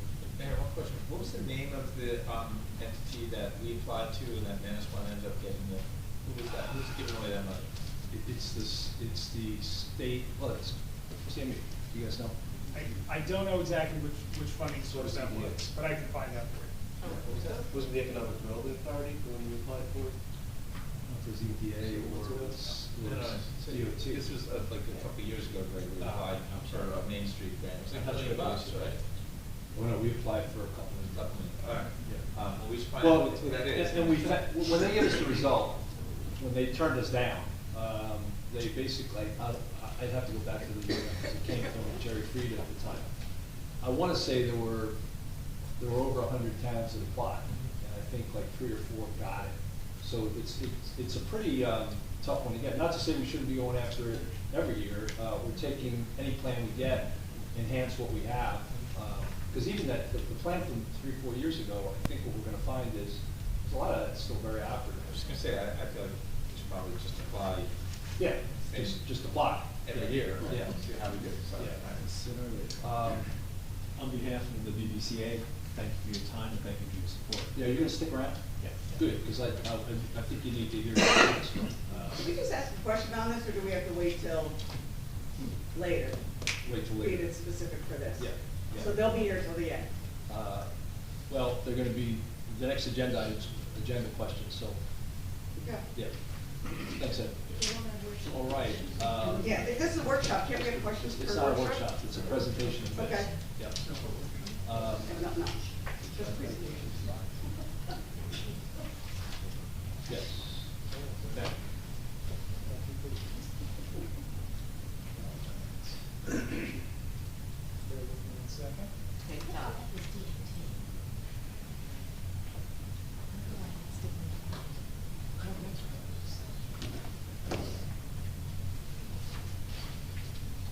Mayor, may I ask one question? I'm confused. When we get to the individual resolutions, will that be included in what's now coming up as the public comments after the approval of minutes? Or will each resolution have its own public comment only? No, we don't have public comments on resolutions. So if we have a question about about the resolutions, that would be Yeah. addressed in the upcoming comments? Yeah. Okay, thank you. Okay, this has Ben Matlack from CME. He's been our point guy for the last few years. And Ben's going to cover 2 things? Yeah, I have a couple of things to cover. First one, I'll jump right into it. Streetscape improvements to Main Street. Ed, thank you. That was a great presentation. And great lead up to what I plan to discuss. As we just heard about the BBCA's survey, a lot of good information there. Some of the main takeaways for me, and sorry, I was provided a copy of the survey early on, so I got some of the information from it. A lot of the recommendations from the survey are similar to that 2020 Rutgers study. It's called the Main Street Walkable Community Workshop, referred to as the Rutgers study. That was funded through the North Jersey Transportation Planning Authority, which is an entity of the DOT. Right. And one of the conclusions was that walkability and uniformity of the streetscape is important to the residents. So that 2020 study discussed that very similar to the BBCA study. It was asking residents to provide input. The residents said that there were pedestrian and bike experience is inconsistent and underwhelming or unwelcoming, and that's due to missing pedestrian crossings, low visibility at intersections, and sidewalk quality. These are important issues to residents. We have uneven sidewalk pavers. We have there have been accidents in the 2020 study. It looked at the 5 years prior involving vehicle, pedestrians, and bikes. There were 12 accidents on Main Street in that 5-year span. The study recommended bike lanes and pedestrian safety improvements, and then standardizing the streetscape elements. Very similar to what Ed just discussed. There are mismatched benches, mismatched light poles, mismatched street trees. So that's something that is something we want to consider for Main Street. What we first look at is the available right of way. You know, you only have a limited amount of space to fit everything in that you want. It's roughly about the same size uniformly throughout Main Street. North of Evergreen Avenue, you have 70-foot right-of-way. South of Evergreen, you have a 66-foot right-of-way. You have some minimum widths that you have to consider. Minimum required sidewalk there, 4 feet. And considering the layout of Bradley Beach, the fact that your businesses, restaurants are right up against the right-of-way line, you really need a little bit wider than 4 feet for getting in and out of stores and still allowing access along your sidewalk. Your minimum required bike lane, if we want to add bike lanes, is 5 feet where there's on-street parking. And then a minimum travel lane. Now these are minimum standards. Obviously the wider we can have, the better. Minimum travel lane on Route 71 is 11 feet. This is the existing condition out there. This is, again, pulled right from that Rutgers study. You have 15-foot lanes right now up and down Main Street. That is a travel lane for vehicles, and it has sharrows painted on the road. Sharrows are share the road symbols, allowing vehicles and bikes to share a lane. We have parallel parking on both sides, and then there is sidewalk as well as, I'll call it a planter strip, where we have trees, benches, bike racks, trash cans, that kind of thing on each side. The Rutgers study looked at a couple of design alternatives. The first one was utilizing the existing pavement width you have and modifying it to shrink the travel lanes from 15 feet down to 11 feet and taking that extra width and creating one bicycle lane in one direction with a buffer. It maintains the existing parking lanes and then it maintains the existing sidewalk lanes. The second alternative they came up with was removing a parallel parking lane and creating two bike lanes up and down Main Street. So either on the east or west side of Main, eliminate parking? Yes. Obviously, parking is a consideration, and it's something that was important to residents in this study as well as the BDCA study. So that's definitely something to consider before making it, moving forward with any one option. Some of the other things that were discussed in the Rutgers study were safety improvements. This is an example of a bus bulb. Creates kind of a safer mid-block crossing. It could house a bus shelter, an area where people wait for the bus so they're not standing on the sidewalk and they're not in the travel way. And it allows an area for buses to pull in and pick people up. Similarly, curb extensions. This is a way for eliminating site visibility issues. It shortens your crosswalk distance, so it's safer to cross the street. And that's one of the recommendations that was discussed there as well. With that first alternative, having one lane in one direction, you obviously don't want just to go one way on Main Street. You want to have options to go another way. So what they had originally looked at was the possibility of adding a bike lane on Hammond Avenue. As you know, Hammond Avenue is one way, so that would be in a one-way direction going southbound with the one-way direction on Main Street going northbound. And then there are a few streets, cross streets in between that could facilitate interconnectivity between those two one-way sections. So you can get around town a little more easily. Then we look at the streetscaping itself.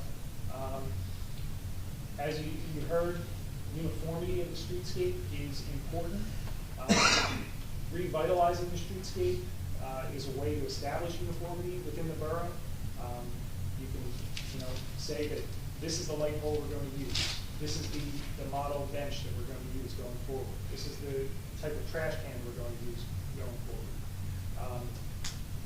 The sidewalk shown there is just what was in the Rutgers conceptual study. Personally, I kind of like the pavers.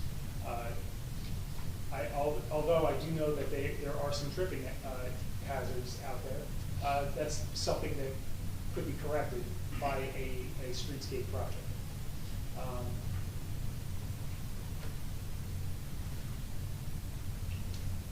Conclusions. Obviously, we want to try to make the borough more welcoming to pedestrian and bike users. We just talked about streetscaping, beautification of the borough by streetscaping. Just creates a more attractive downtown area, encourages tourism, and increases business. And then safety upgrades where they're appropriate. What was the last thing you just said there? Safety. Safety. Oh, safety, okay. The bus bulbs or curb extensions are safety upgrades. Also upgrading programs to be ADA compliant. And then eliminating those tripping hazards, updating the sidewalks. These are all safety upgrades. The next step, I think, for the borough is if we want to advance this project, we're continuing to look for funding sources, of course. And I'll give you an answer on which grant that was that Antoine got. So you didn't work on that yourself? I did not work on that myself. But you can find out. But I will find out who did and everything there is to know about it. Might be that might be something to bring that person in with yourself and have Sure. a conversation with the city. Sure. We can prepare a preliminary improvement plan that would incorporate some of these elements from these studies, and then investigate the feasibility of some of these recommendations. For example, that bike network. Investigate if bike lanes are appropriate on each one of those streets that was identified. I know the sewers were mentioned. That's is my understanding. I know the borough has a phased sewer plan. The sewers on Main Street were phase 6 of the sewer plan. Phase last. Yeah, the last one. Yeah. So that is likely several years away. But obviously anything can be adjusted. But that's where that was in that phasing. And Al, you were kind of right on the money. About $1 million, maybe $2 million a block for putting utilities underground. This is what the utility companies have told us in the past. So if you do all of Main Street, you're talking in the tens of millions of dollars range for that one. And that's all I have on Main Street. Do you want to have questions on that, or before I move on?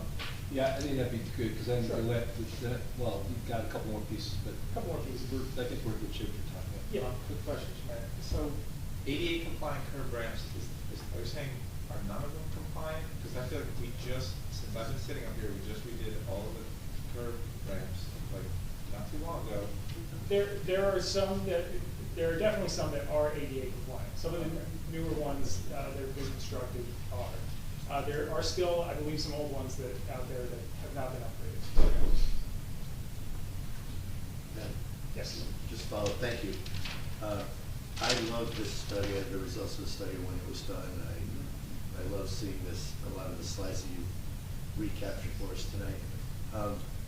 The one thing I know I'm stating the obvious when I say this, but I don't want to have curb bump outs and bus bulbs and curb extensions and new pavers or concrete, whatever, put in over the next 3 to 5 years, or as Mayor was saying, 1 to 3 years, and then 4 years from now, we tear everything up to the sewers.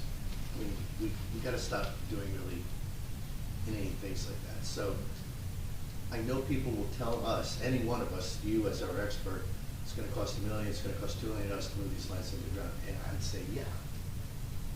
All things equal, starting where we are today, you gotta dig everything up, you gotta pull it all underground, then you gotta cover it all up.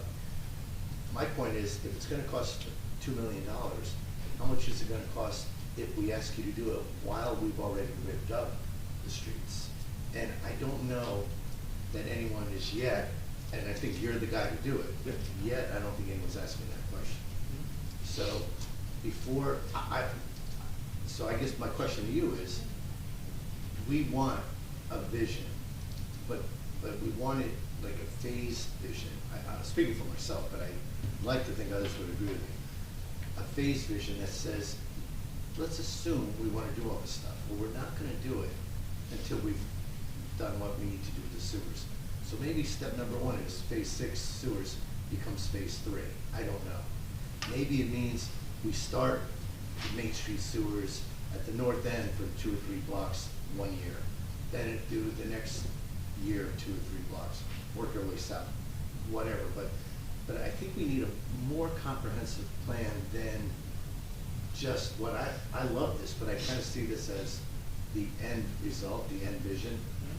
And would you be in a position to help us plan the phases with and without moving wires underground? We may ultimately say we can't do it.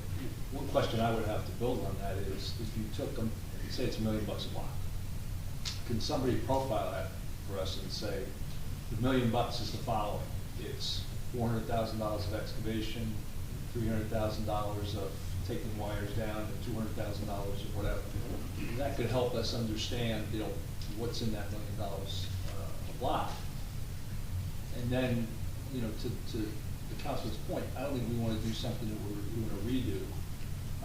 I think we got to kind of look at the cost benefit. What's the cost and what's the benefit? Is there low-hanging fruit? The idea of, we see empty tree wells. To me, that's low-hanging fruit. Uniformity is low-hanging fruit, and it's not going to cost us a significant amount. And then we get into the key question around, what do we do with our sidewalks? We need to do something, whether it's repave with pavers, tweak what we have. If you really take a hard look, if you're pretty tired and you're pretty beat up, so we have to look at that. But I think it's a matter of looking at the phasing and really ensuring that we've got a plan. And the other is around funding. If the high ticket items, we're going to really have to search for funding. If we don't want to fund this ourselves via bonding, do we take the high ticket items and backload those in the context of going out for grants? That here's our plan, the early phases where we're not spending a ton of money, but on the back end, we got some money to spend on the big ticket items. So I think that's a little bit of it, but I got a couple of just bullet points here. Did you want to? Sure. Okay. Yeah. Well, one, I know you know this, but for the benefit of everybody here, this is a state road, so we've got to work with the state also, which is always fun. There's a project that's been languishing on Memorial Drive. Memorial Drive behind us, that way, thank you, is going to 2 lanes, 2.5 lanes. Meaning if you go to the other side of 33, Asbury Park, you'll notice it's a 25-mile-an-hour kind of 2-lane, but it has the center to turn things.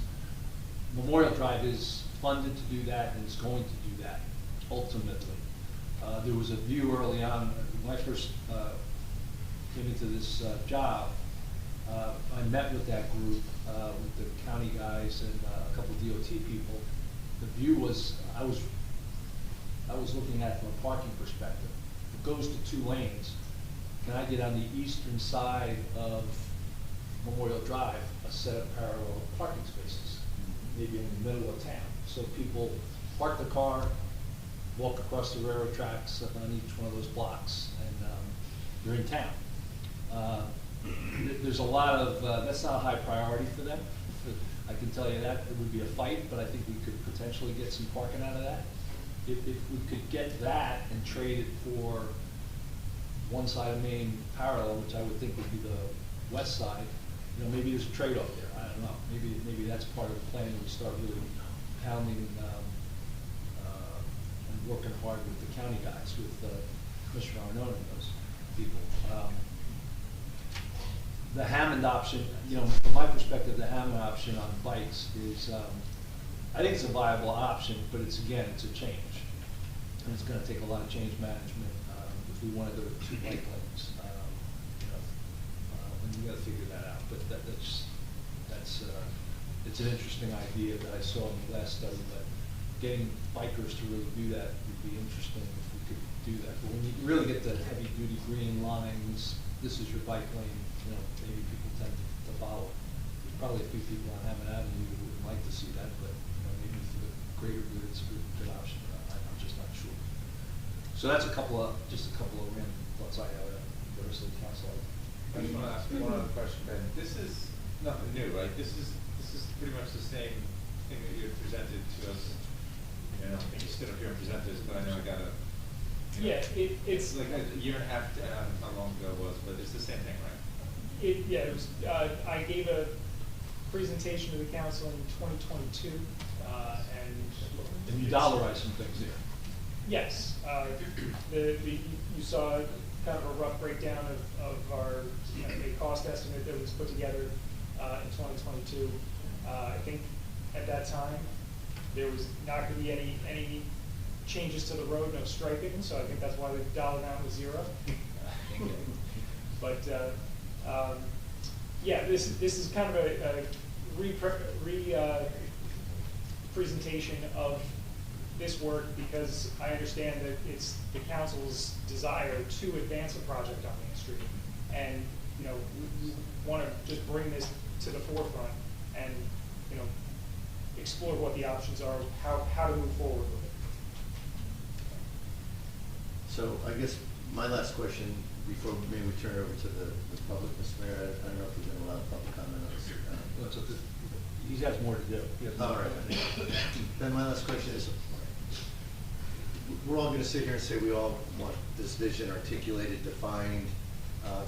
We want to, I imagine we need that in documentation form to bring to various grant funding opportunities, right? I mean, you can't just go knocking on doors saying, hey, we're going to develop a plan. We really need a plan, correct?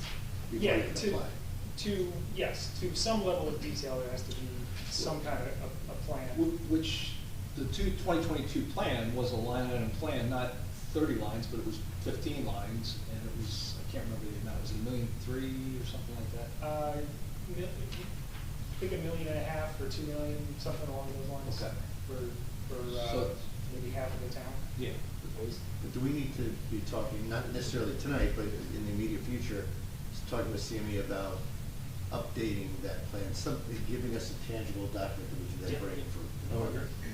And updating that would include at least scoping this notion of bringing wires underground. And again, we almost need an A and B, with and without wires underground.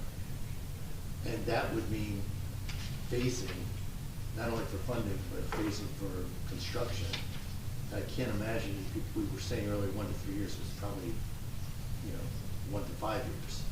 You know, like a 5-year plan. So if we were to, it's not official tonight, but in the very near future, if we were to ask you, CME, to build a plan, I mean, can we ask you to give us a financial proposal of what that would cost to give us a 5-year plan? Yeah. Thank you. I think most of what you have in that plan, that is correct, and I just don't have it in front of me, you just happen to have it in front of you, is, yeah, no, that's perfect, thank you.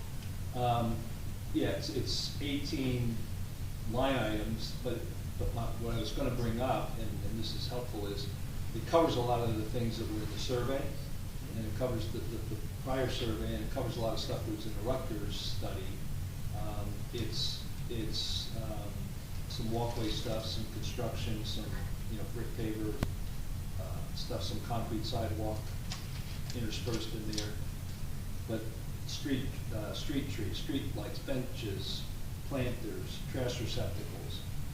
It covers a lot of that. So I think if we can get that inventory and say, we've got everything we think to cover. Now, and then you start looking at cost benefit. What are the things we can do as we're applying for grants? And we can demonstrate some progress, but also have a plan we're all locked in on. So I think that approach kind of gets some legs on this, which was a difficulty that we've had. That would be my opinion. Ken, I have a question. And this is a small question. It's like, so the bike lanes, and I agree, like, people, you know, when you mention the accidents on Main Street, awful, and, you know, it's, part of it, I'm sure, has to do with the sight lines. One, I would wonder whether the bike lanes would exacerbate the accidents that we have on Main Street, because people would just think, I'm in a bike lane, and I know bikers have right away just like cars do, but because now we have lousy sight lines, you know, cars are gonna age, you know, each inch out to be able to see, and the bikes are gonna be coming in. Also, what benefit is it, because, you know, then they go right into Ocean Grove, which goes right into the bigger road, and then they go into Avon, which doesn't have bike lanes. Is it worth it to have a bike lane when you're got it for a mile? There's a lot of energy at a county level getting bike lanes all over the Okay, so like we would be kind of like the paradigm.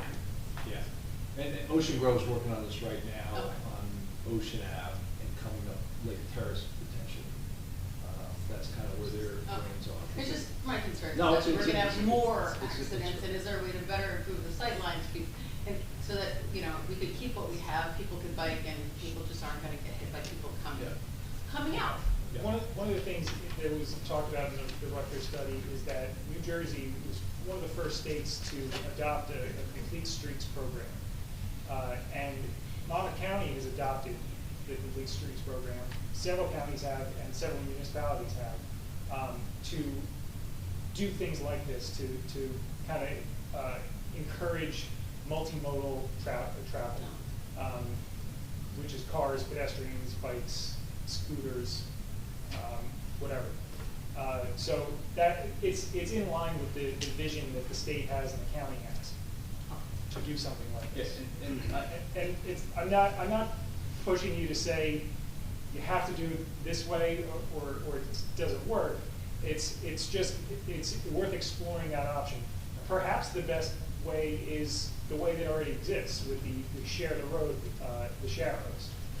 But it's in order to figure that out, you have to explore what different options you can have and what you know the best fit would be for this road. So you said before, and I just get me to the right numbers. Right now, the lanes are 15 feet, driving lanes. Yes. And an option is to go to 11, which gives you 8 feet, right? Correct.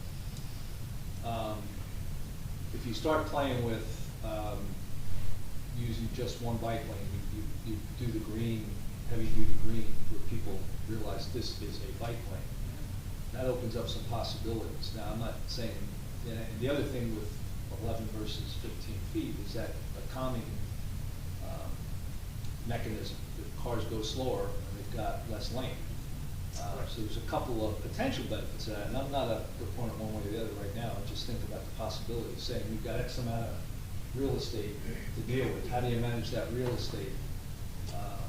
You know, the idea of taking one side of the street and remove the parking, you know, people's heads will explode. But maybe on the west side it's not so bad, because how much parking is there? How many spaces are on the west side? When you take Riley Park, when you take, you know, some of those businesses, maybe it's not too bad. Maybe there is a possibility we could figure that out. I don't know. Maybe we free up spaces in other ways. So. Okay. You have other stuff you want to cover? I do, yes.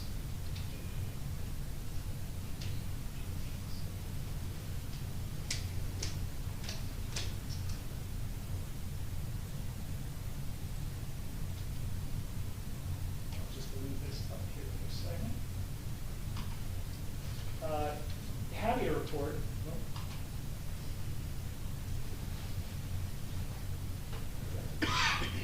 Happy to report that the borough received an asset activation grant from the NJEDA, which is the Economic Development Authority. It's a $50,000 planning grant. It can be used for the pre-development planning, design, and permitting to activate underutilized public assets that benefit their communities and the regional economy. So the grant application that was applied for was for this building, 54 Ocean Avenue North. It's right next to the playground on the promenade, in between Park Place Avenue and Ocean Avenue. Ocean Park Avenue. And the application was to use the building as a museum for the Historical Society. It would also include the installation of a new restroom building next to that building. And then retrofitting the existing building as needed for the intended use. We actually have a meeting with the EDA next week just to discuss the execution of the grant agreement and what the next steps are. So this is in very early stages right now. The grant was just awarded, and that's what we're working on right now. So you're meeting with EDA next week just to kind of get the ground rules set with them on developing this plan? Okay. Correct. Yes. Who else in that meeting? Yourself and them, or? I think it's Meredith? me, Meredith, and the member from the EDA. Okay. Okay, I don't know if there's any questions yet. And you may or may not recall this, but I just want to make sure for the record that, you know, if someone says this. When the council approved the application process for the grant, there was a good amount of discussion that we said it cannot be limited only to the Historical Society Museum. And we were told, I think the grant was like being submitted the next day or something, so there really wasn't time to adjust the language in the grant application. But for the record, I just want to confirm, we were told, and I believe it's still true, that this money can be spent to look at different options for this building, not limited to the Historical Society Museum. Is that fair? Is that correct? Yeah, that's fair to say. It's not, we're not shoehorned into one use of it. It's just that was one of the options that was talked about in the application. So that's what we're gonna, pursue. And so, for example, so many folks, I don't know what the answer is. I'm not sitting here telling you the right answer is X. But so many people have said they love to see bathrooms. So many people have said they'd love to see more of a retail concession, like ice cream sales or something like that. Something without cooking, without venting of whatever, grease traps and all that stuff. We had a problem a couple of years back where there was at least interest by a restaurant to be cooking and building a second story on that building. I mean, it's got a little bit of a history, as you're probably aware. So I'm saying this to make sure you, in working with our business administrator, don't go too far down any one pigeonholed path. I'd like to make sure that, our options are preserved so we can consider a lot of different alternatives. Sure. Yeah. Like I said, we're very early stages. The grant is for the planning and design, pre-development planning. So there's nothing that's been committed to at this point. It's, the grant money is here to come up with a plan and how to reutilize this asset that the borough has. Great. No, it's very exciting, and thank you for the role you played in helping us secure that funding. Yes. Is this a new EDA grant program to deal with underutilized municipal assets, or has this been around for a while? I believe it's been around for a couple of years. This is actually the first time I've applied for it and actually kind of heard of it. There's a lot of grant programs out there, but yeah, I think it's relatively new. Okay. And then so we get the planning grant, and then so if we spend $50,000 and decide it's going to be $300,000 to make this whatever we want it to be, we get that same money from we apply to EDA, or we go someplace else? I think that the grant opportunity was just for the planning, design, getting it ready. I don't know that the EDA has construction grants available through this same program, but that's something that we would explore, as part of utilizing this fund to see where we could find available funds. Then do you know off the top of your head, I do recall going through this with the prior restaurant application. There are very strict CAFRA limitations on if we want to expand the footprint of this building, right? And I want to say you can expand west, but definitely not east, and I don't think south either for that matter. But again, you don't have to educate us tonight, but am I correct in understanding there's fairly limited things we can do to expand the footprint? There are, obviously, this is in a CAFRA zone, and a CAFRA permit would be required, and I did look up that, a public restroom construction is permitted as you can get a general permit under the CAFRA rules for a public restroom, in a public park. So I think that would be something that would be permitted, or permittable. So that would be part of utilizing this grant to go for that. Yeah, right now, for those who don't go to that part of town, we've used, since COVID, I call it the Airstream. It's the 3-bathroom silver kind of bullet that we put out right next to this building. We've actually built in sewer line, we connected the sewer line to it, and we've been using that since COVID really. It would be... You can actually see it on that aerial. Oh, you can? Okay. Right underneath the red square. Yeah, so, yeah, there it is, yeah, I see it, yeah. So, we expanded our restrooms because of COVID, and it would be nice to, one of the ideas for that, called the Airstream, is we don't have any restrooms in Riley Park right now, and if we could seasonally use the Airstream in Riley Park, get it out of there, because that's also kind of creates, takes up some room that we might be looking for. So that's something, just a sidewalk. If there are no other questions, I just have a couple other quick updates for you.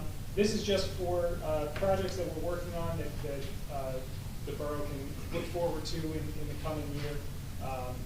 Lake Terrace Park, that project is under construction. It's probably about 80% done with construction. The contractor is waiting on the final piece of equipment for the playground work that he's doing, and that should be finished up sometime in March.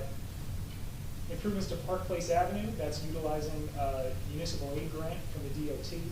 That should start sometime in March as well. That's a project being done by Fernandez Construction, and that work is from Main Street to Fletcher Lake Avenue. Improvements to Fifth Avenue, that's a DOT grant that we got last year, and that is in the design phase.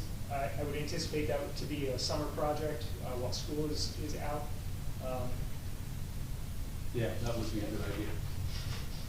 And the last one is the recreation center improvements. We have 2 grants for that actually, one from the DCA and then one from Monmouth County. The Monmouth County one is a matching grant, the DCA is not a matching grant.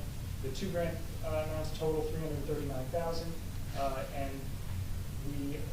our first step is to do some environmental work, and then we have to do some the design of the improvements, and we'll work on that this year as well. Right, and for everybody's information, we're going to actually go for an additional recreation grant, and that's due on the 27th yes. of February. So we're going to get a pass from DCA. DCA, thank you. I wasn't sure which one it was.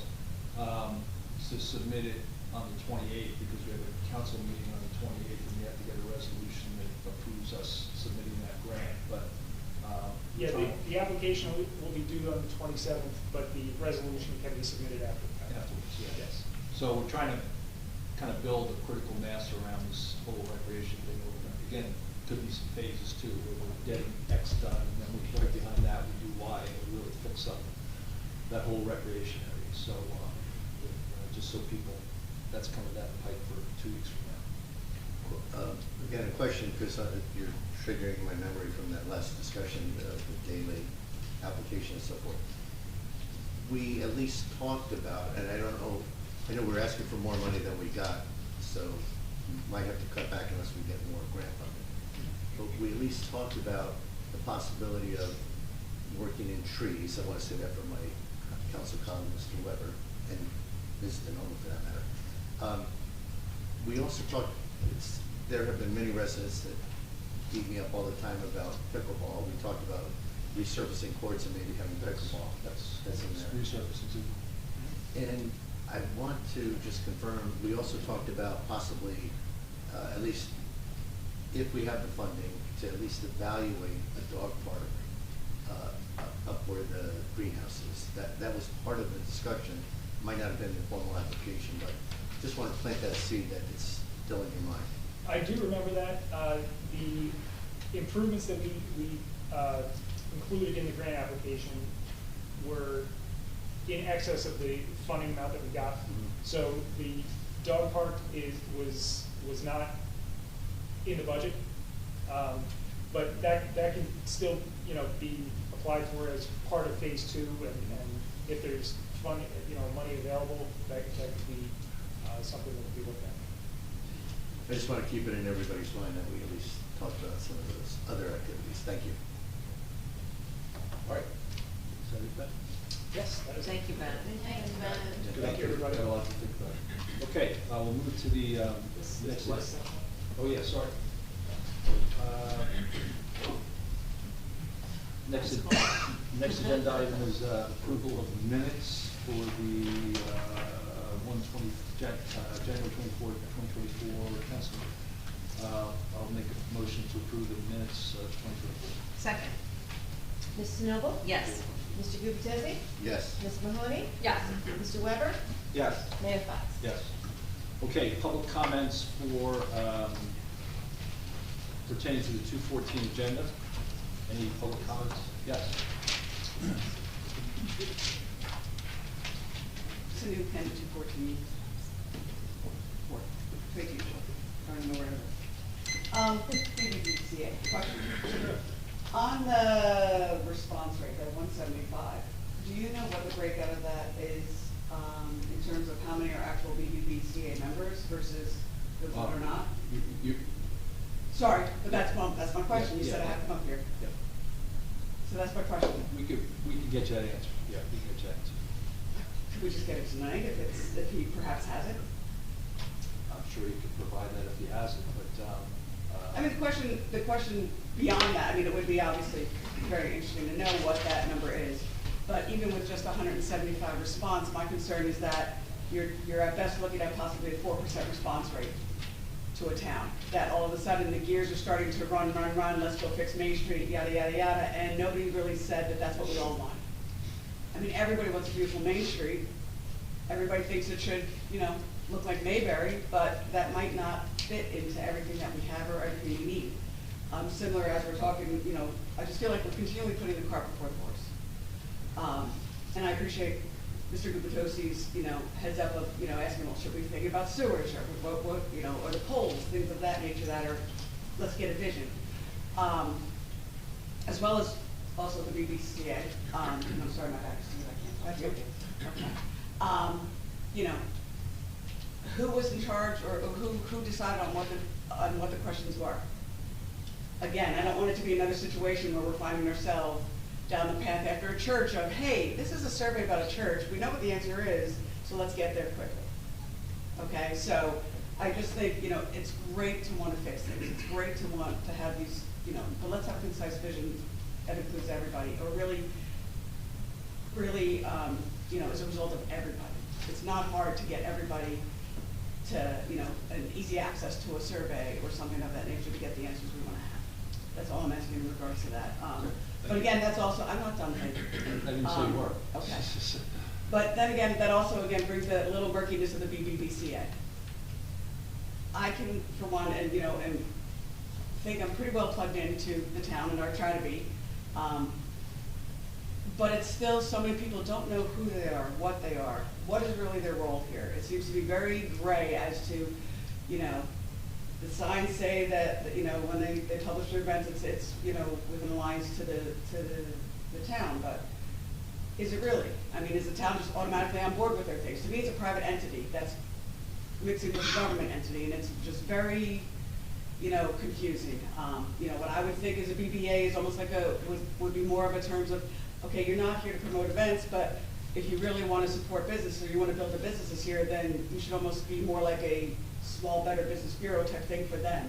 You know, come to us like this with grants and saying, hey, here's grants for this type of small business, or here's how we can get things done for all of you business owners. You know, what can we do to make the business owners want to stay here and could make them more profitable? Not, hey, join my club like Costco, and for that you're going to get 10% off at this place, or you know, you're going to have a discount here and just have private parties. That's not what we as a small town need. Well, I would suggest that the things you mentioned about getting grants and working with the businesses, they are doing that.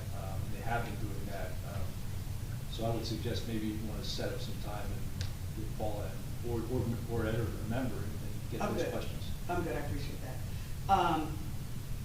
Also in terms of if and when, if this planning comes to play, like you said, they're talking about pavers, things of that nature, please, like, maybe what Mr. Gutierrez is saying, have a big picture vision. Maybe, you know, as much as pavers are nice, concrete might be the way to go. Because inherently when you plant trees, they're gonna disturb pavers. Pavers, like they said, just like Ben said, they're tripping hazards. It's already a safety issue. We're lucky we're not getting sued as a town for somebody falling or tripping on something. So things of that nature really need to be looked upon on a greater scale if possible. In terms of the Lake Terrace Park, I can't look at you, Ben, but maybe whisper over my ear. What is the substrate going in there? Now I see that they poured new concrete collars, but what's going, is it just gonna be filled with mulch again, which is there before, or? Ask your question again, I'm sorry. With the Lake Terrace Yeah, I Park, understand that. the substrate, what's going in where they poured new concrete collars, and what's underneath the existing equipment is mulch? Is it just gonna be mulch again? I think it is. Yeah. Okay, it's- because, I mean, you look at places again, like we keep looking elsewhere, everywhere else, like you look at Belmar, they have a fantastic, beautiful, you know, children's playground that, you know, has the rubber, you know, that give, it's the give, it's, you know, children don't get hurt. Kids get splinters and things of that nature, as we said before, you know, pets use that stuff. Why aren't we looking to do things like that? We for are, children? that's part of what we looked at. The cost of that rubber would have blown the grant out, and we would have been just spending money on the So perhaps then that we need to, when we do these projects, we could do that and say, hey, this is what we want to do, and we may have to have a phase two and plan for it. Yeah, we did have public hearings and took them through that part. Okay. Okay, thank you. Thank you. Anybody else? Yes.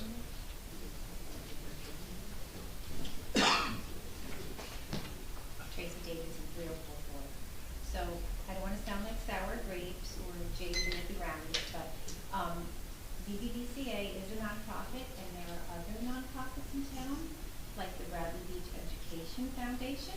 And I would just like to know, if I wanted to do a presentation, they get to do a presentation, I just contact Borough Hall and I get to do it. Contact the borough administrator. Yeah. And we would be able to do all the nonprofits, right? We can do presentations. I would talk to, I don't know the answer to that question, but the borough administrator would know that, yeah. I'm sure you can, but I don't want to say. Well, they yeah. just did. So Yeah, they just did, that's yeah, what I'm yeah, asking. yeah. And they've done it before, not. I'm sure that that conversation would yield that, yes. Okay, just making sure. Thank you. Thank you. Yes. Okay.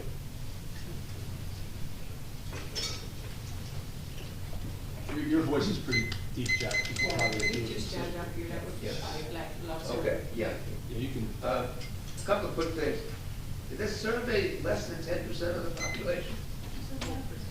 How many people were actually surveyed? 4%. 170. Well, the result is 175 4% of the Yes. population? no. Those are those who responded. Yeah. 4% responded. It went out on different mediums. It was. How many went out? I can't answer that question, but it went to. There was links all over the place. It seems a little on the meager side to me. I'm sorry. it's, to me, it's meager. It doesn't represent the population. Not enough people responded to this deal, number one. Number two, no mention has been made to reducing the speed limit, especially the first beach block. You're getting 25 miles an hour all the way down to Ocean Avenue, which is another 25 mile an hour street. That last first, I happen to live there, so I can observe. That should be reduced to 15 miles an hour. That last, because somebody's gonna get clobbered there. Somebody's gonna get clobbered there badly. The third thing is we have a huge berm which covers the entire beachfront, just about. Yes. Why can't we make a few more areas of vistas within that berm? Areas So of you what? store, what? Areas of what? I didn't hear this. To make an opening within the berm, so more people can get a view of the seaside, of the ocean, whatever. Now, you could stockpile the sand. You could stockpile the sand and then move it into position into the upcoming storm. And we have, tremendous forecasting abilities nowadays. So, anyway, those are the three thoughts on that. Thank you. Thanks, Yes.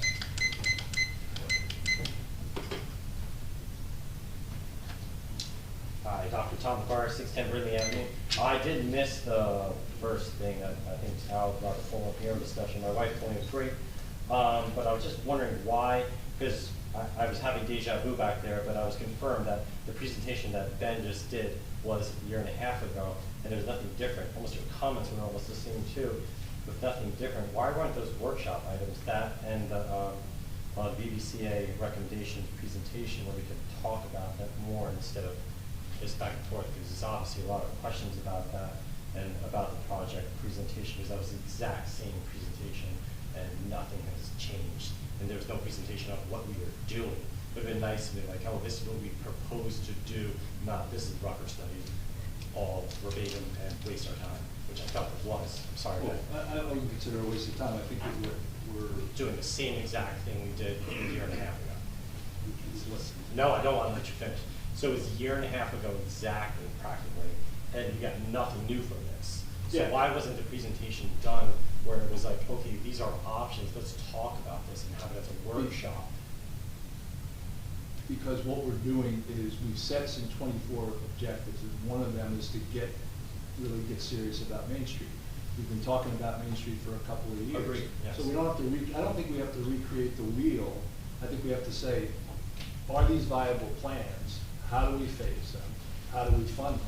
Why don't we have that presentation today? So we had a survey done that affirmed, that cost us nothing, that size of the sample size was smaller, but it's still. I'm talking about the it's BBCA. still- I'm talking about I'm sorry, I'm trying to answer your That's fine. question. We're paying for Ben, I don't care. We're paying for Ben, my time is 5 minutes. We're paying for Ben, I don't pay for them, so we pay for Ben. So his presentation to do it over again is a waste of Okay, time, thank you. it's a waste of our resources. Okay, thank you. My time's not done. So I just want to make sure that next time he does come here, can he please come with a presentation that lets all know, what are we gonna do? Where are we gonna move forward? Because if it's a year and a half and we said we want a 1 to 3 year plan, that's already a year and a half. So when, we're not getting anywhere. It's a great So, question. That is a great question, Hopefully thank you. And So hopefully we will get the next steps, and we will have opportunities for people to bring these things up. I get that, but it was, again, it was a year and a half Okay, you to got your come with this point. Thank you. presentation. A year and a half to make this presentation, so I'm sure he could have come up with something. He's a very smart guy, he has great ideas. I don't understand why it wasn't coordinated with him, so we can have a workshop, so we can move it further. Because now his next presentation is what? Another 6 months, or another year, and then we're finally gonna move forward. It's just slow. Thank you. And I would, listen, I do get to interrupt you. You don't get to interrupt me. This is public comment, not mayor interrupt. Questions about the agenda. Is that what it is? Comments about the agenda. Okay. Yeah. So let me comment. Sure. Thank you. Okay.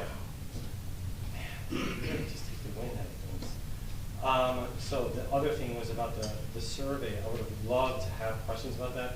And I did miss the majority of it because I was driving here, but I obviously it was a small sample. I'm a BBCA member and I don't remember getting it.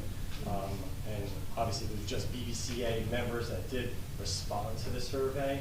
Like, do we know if it was more them than, you know, everyone else out there? So it could be slightly skewed because it's, if they have meetings and there's 100 people there and out of those 100, 80 of them, they all talked about it, where I don't know all that information. It could be slightly skewed, but the information's good. I mean, I want the town to be better. I want the Main Street to be better. I just wish it was more organic. I just don't feel the need like someone to tell us what to do. I mean, I don't think anyone told Cookman Avenue and Asbury Park what to do. It just happened. You know, like businesses started showing good businesses, then another good business shows up, and then another good business shows up, and then they started doing the streetscapes.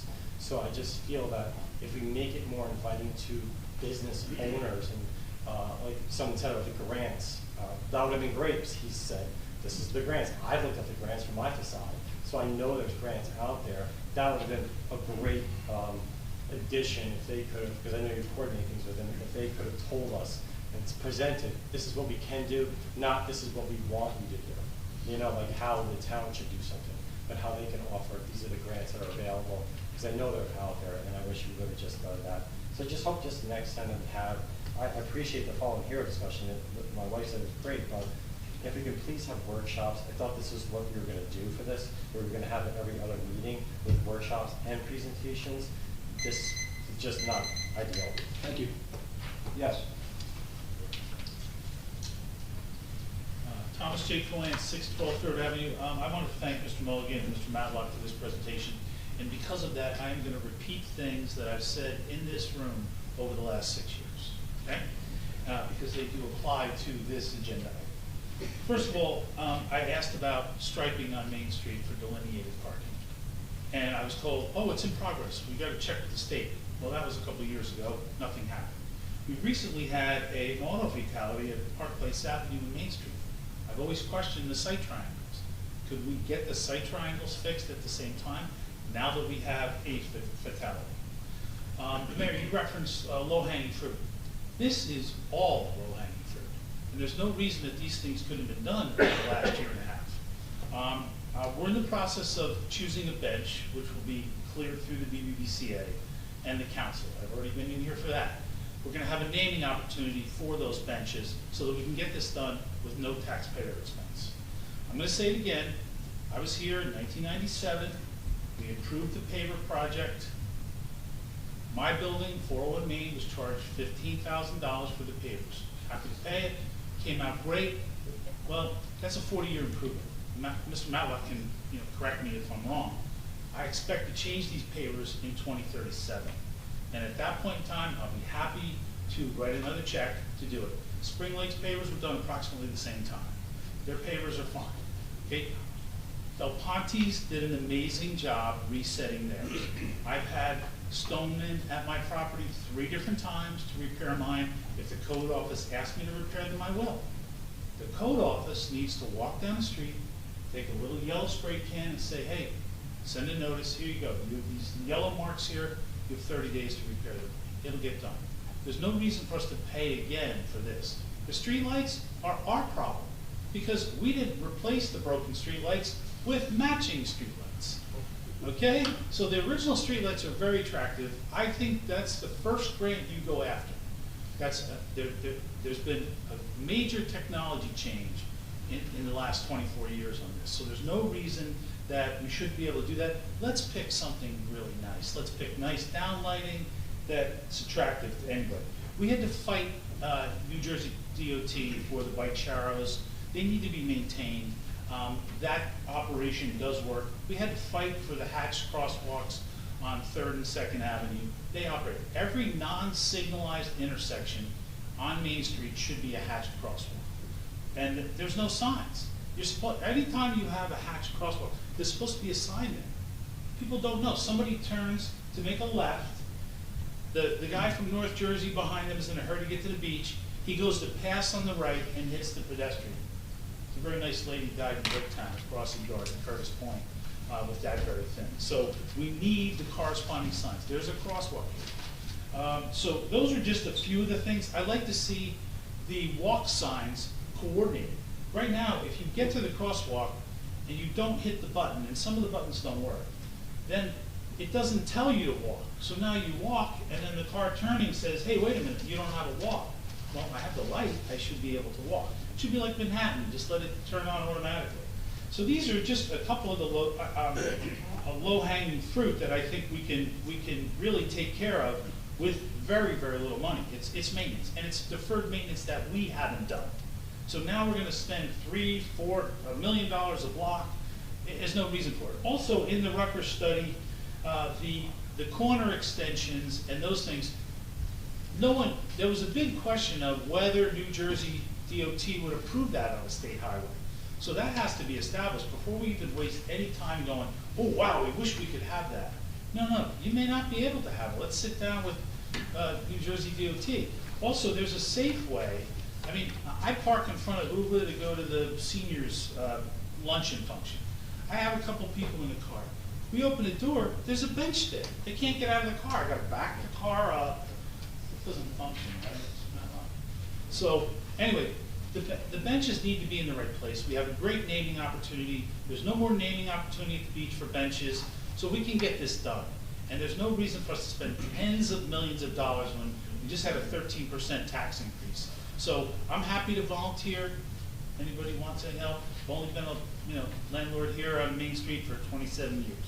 But we're happy to help, and it can all be done very simply. And code office needs to step it up. The other thing I want to say about the garbage or the clutter, I bought Otto garbage cans 8 years ago. 12. They're all intact. They operate perfectly. And I want to say, I've said this in this room. Every commercial operation on Main Street should have an identical garbage can. When I walk Main Street on a Sunday night in the summer, it's repulsive.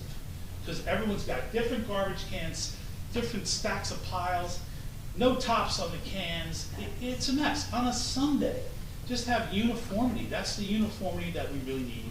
And I want to thank everyone for this meeting tonight. It's very helpful. And I hope we got it out there to really get it done. Thank you. Yes.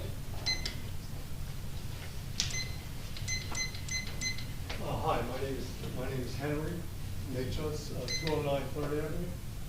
And I guess I'm a little concerned about commercial property owners worrying about or demanding increases in their property when their property taxes went down last year.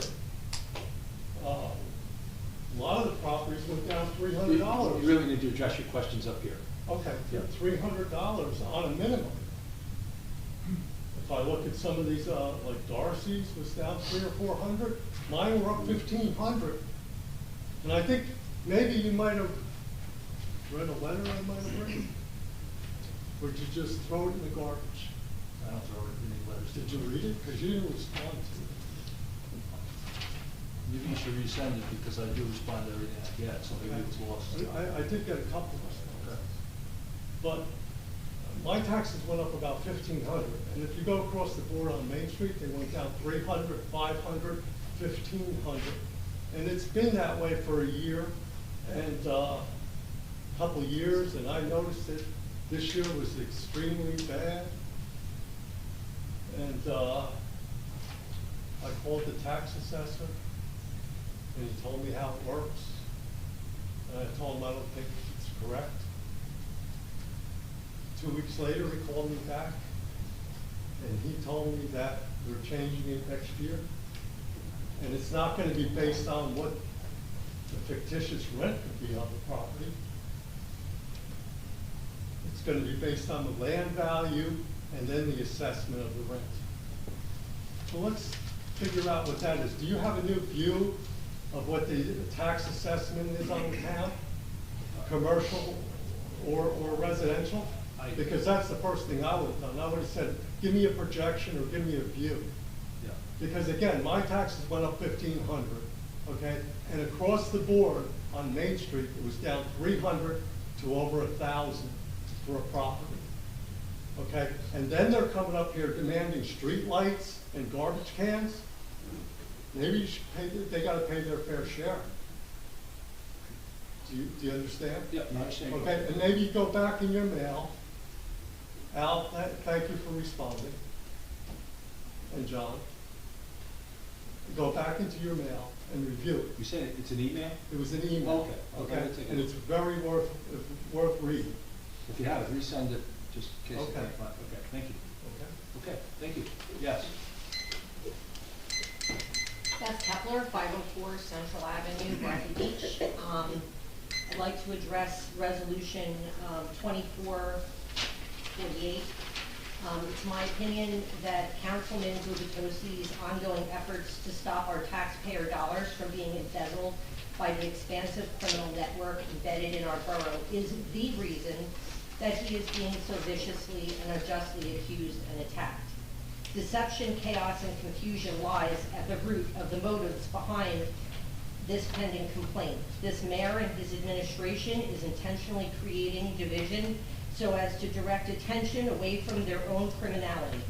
They wouldn't be doing this if if Councilman Gubitosi's skill, professional knowledge, and expertise were not such a threat to their criminal agenda. In the words of someone you may be familiar with, Mayor Saul Alinsky, in his words, accuse your opponent of what you are doing to create confusion and to inculcate voters against evidence of your own guilt. Pick the target, freeze it, personalize it, and polarize it. Cut off the support network and isolate the target from sympathy. Go after people and not institutions. People hurt faster. This is very effective. Direct, personalized criticism and ridicule works. Moral principles are disposable fictions. The end justifies the means. For these reasons, I support and ask this council to vote yes on this referendum to pay Councilman Gubitosi's legal fees, as stated in the resolution. And I personally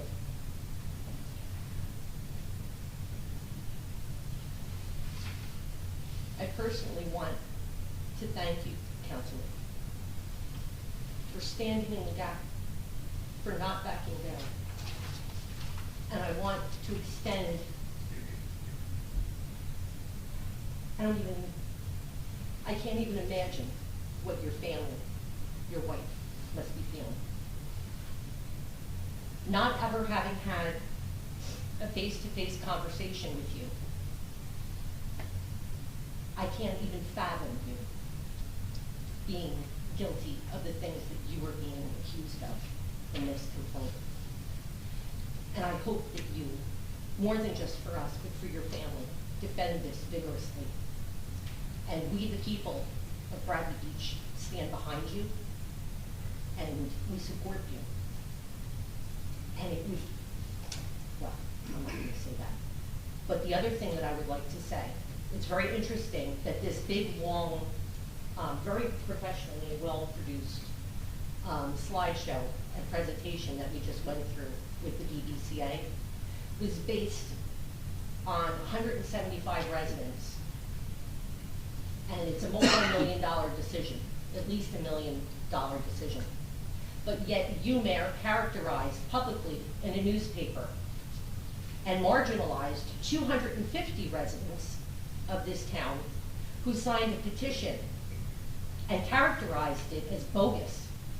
And it's not bogus, because I wrote the letter, I read it on the record, and I sent it, return receipt requested, certified mail to the Attorney General's office and to Judge English. And I've still not received an answer, and I have the certified receipt that it was received.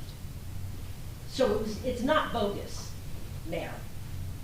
And it's interesting how, excuse me, it's interesting how 250 residents were able to be marginalized and described as bogus, while another 175 are being given weight, and we're discussing putting $1 million into a project when we are in the position right now where we haven't even seen the audit from 2022, that's my tax dollars that you're spending. You've kind of veered off. No, I'm addressing, no, I have not veered. No, I'm addressing the BDCA and 175 people who we just listened to an outline extensively for an hour for the second time, the same information, but 250 people who signed a letter stating how we need an investigation 6 months ago, back in July, and it's only compounded.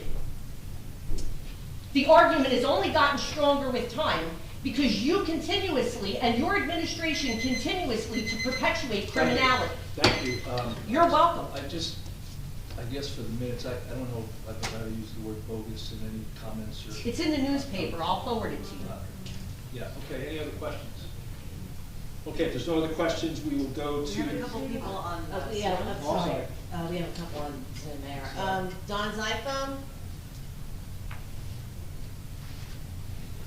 Don, are you there? Yes, I am. There we go. Okay, thank you. Hi, Don Greenberg, 302 Park Place Ave. One just housekeeping item.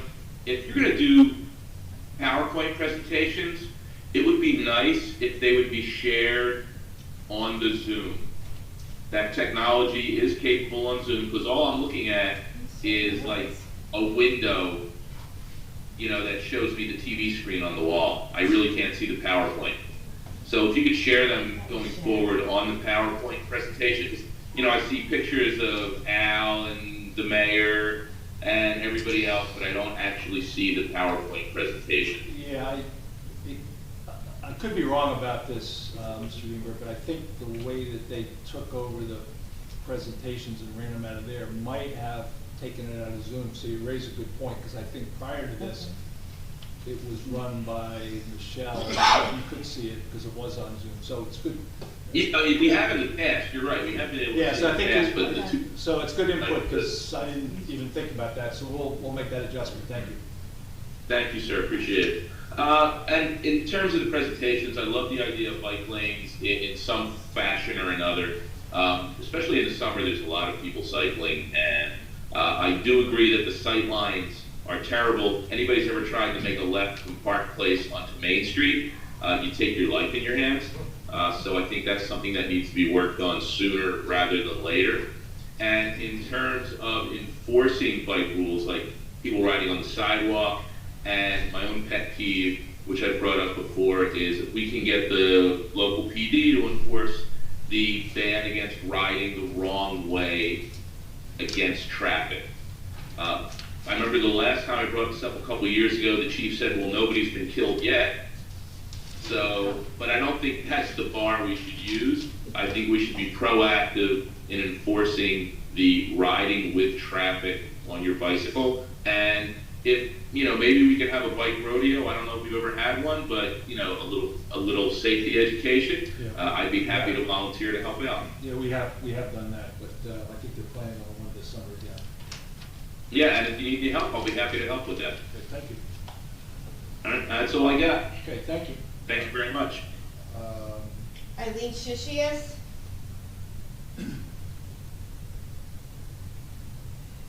Eileen? Yes? Hi.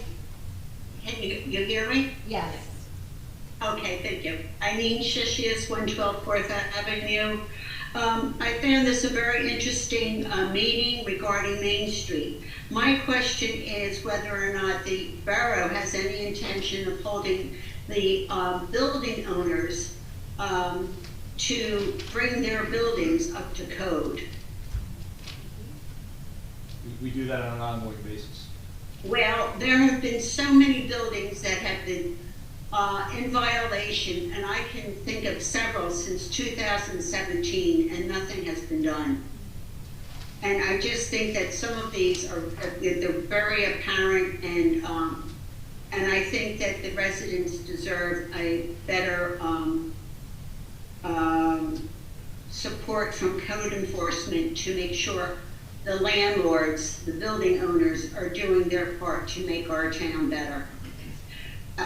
Another thing is, now I apologize because I don't have the technical name that you used, but I'm going to describe them as porta potties. I feel as though the residents of Bradley Beach deserve something better than porta potties. I know they're on Ocean Avenue. You're talking of having this whole meeting about beautification of Main Street. And if you're going to transfer those up to Riley Park, that is going to be an eyesore and a step backwards. That's my opinion, and I thank you for having my time. Thank you. Thank you. Is that it? No, there's one more. iPhone for Linda. Hi, good evening. Linda Duffy, 312 Brindley Avenue. I'd like to thank Al Gubitosi for bringing up creating a master plan, because we need to look forward and do things in succession that will benefit the town.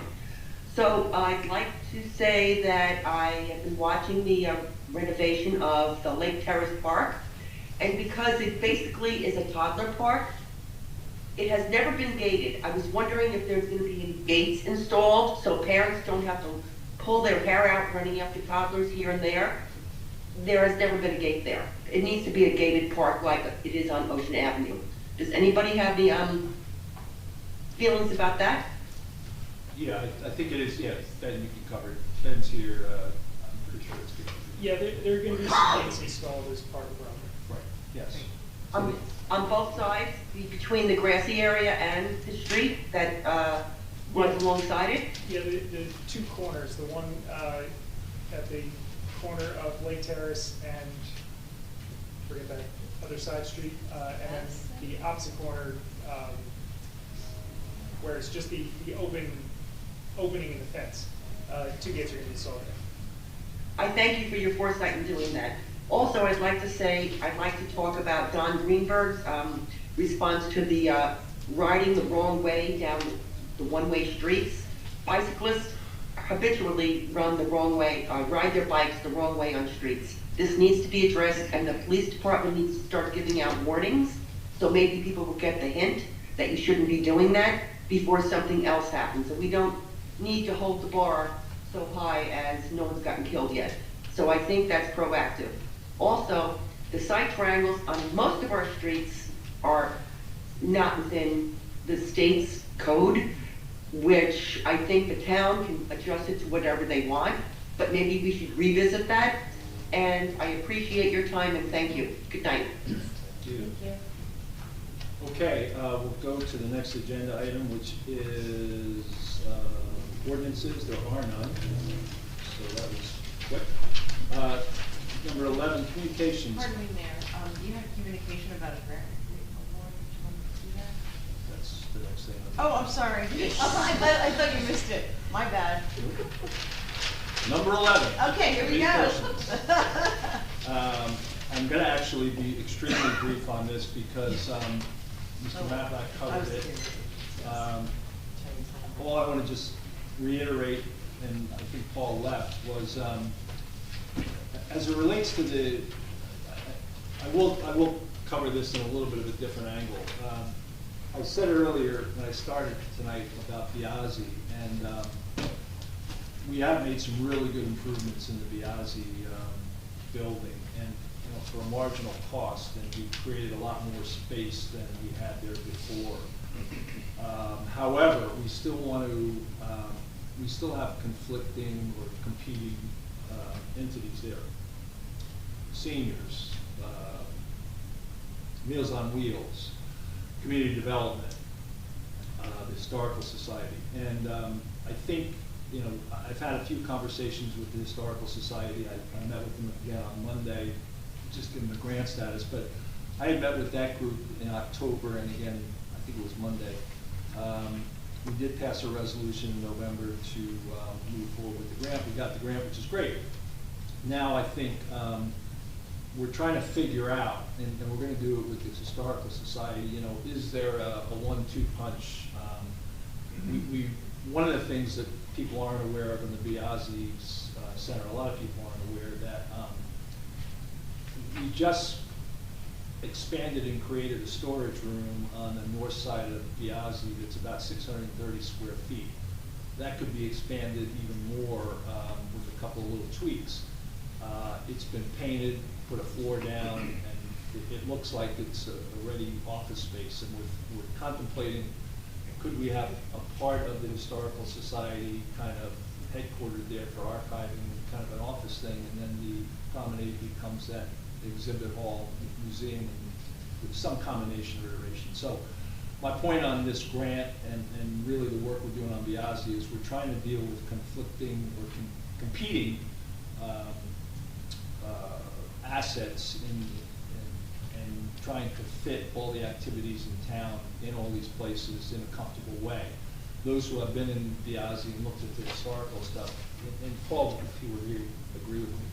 You know, we've got cabinets and glass cases that maybe aren't the most effective and efficient, or there are ways we can do things differently. So we're going to be looking at that in the coming weeks and months, in parallel to looking at this study and also for the long term, what's the best fit out. So that's probably more important to cover because the grant, Ben covered it very well, and I was going to cover it, but when he covered it up front, that was fine. So we're all aware of the grant, and we'll be working on that, and we'll keep reporting back to everybody on how that goes. So that's the point on that communication.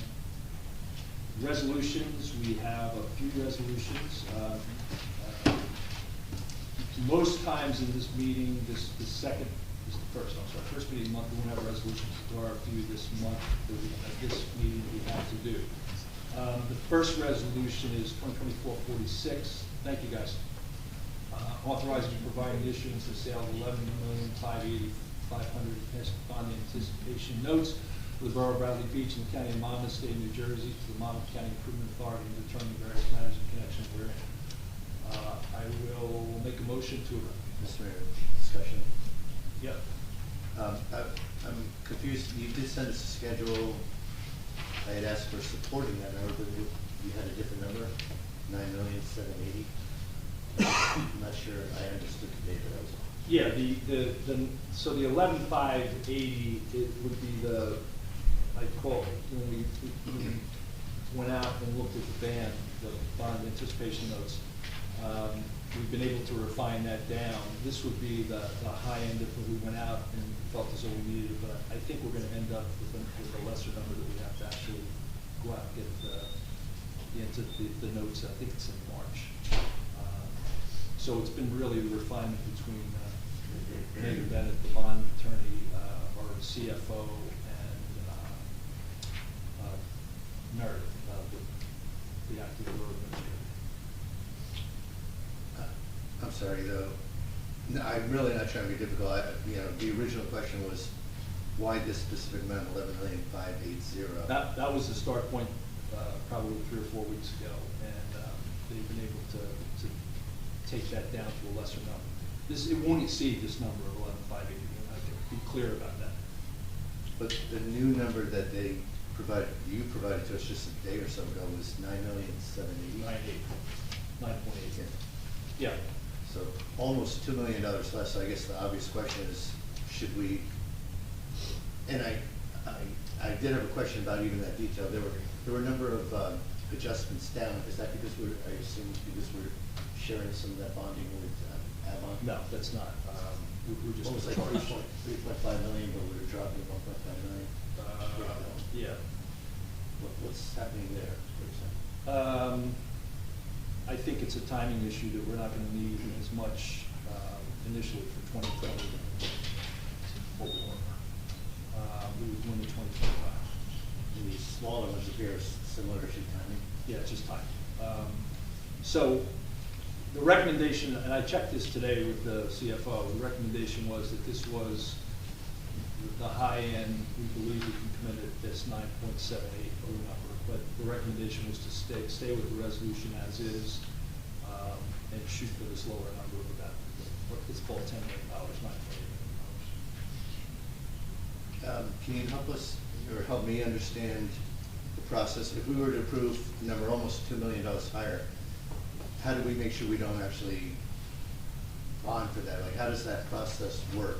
Do we ask for bids up to 11 million, but then we only take what we need? I think what the bond counsel and the CFO would do is as they're procuring those, they report back to us. If you want us to report back on what the final number is, that's not a problem at all, because he's got a pretty good handle on it with the bond attorney and with the borough administrator. No, it's not reporting back on, you know, what the final number is, it's understanding the final number before we approve it. I'm just looking at the resolution language itself, which I want to get to the therefore.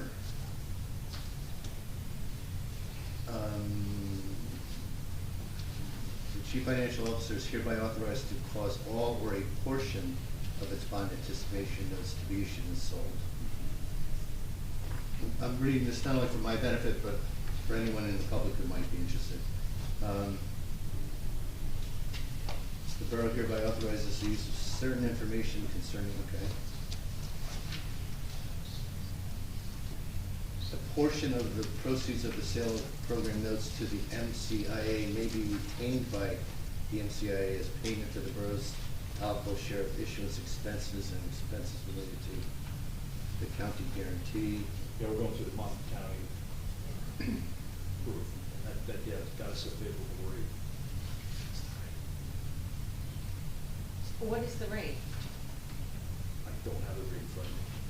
And unfortunately, Meredith and the CFO and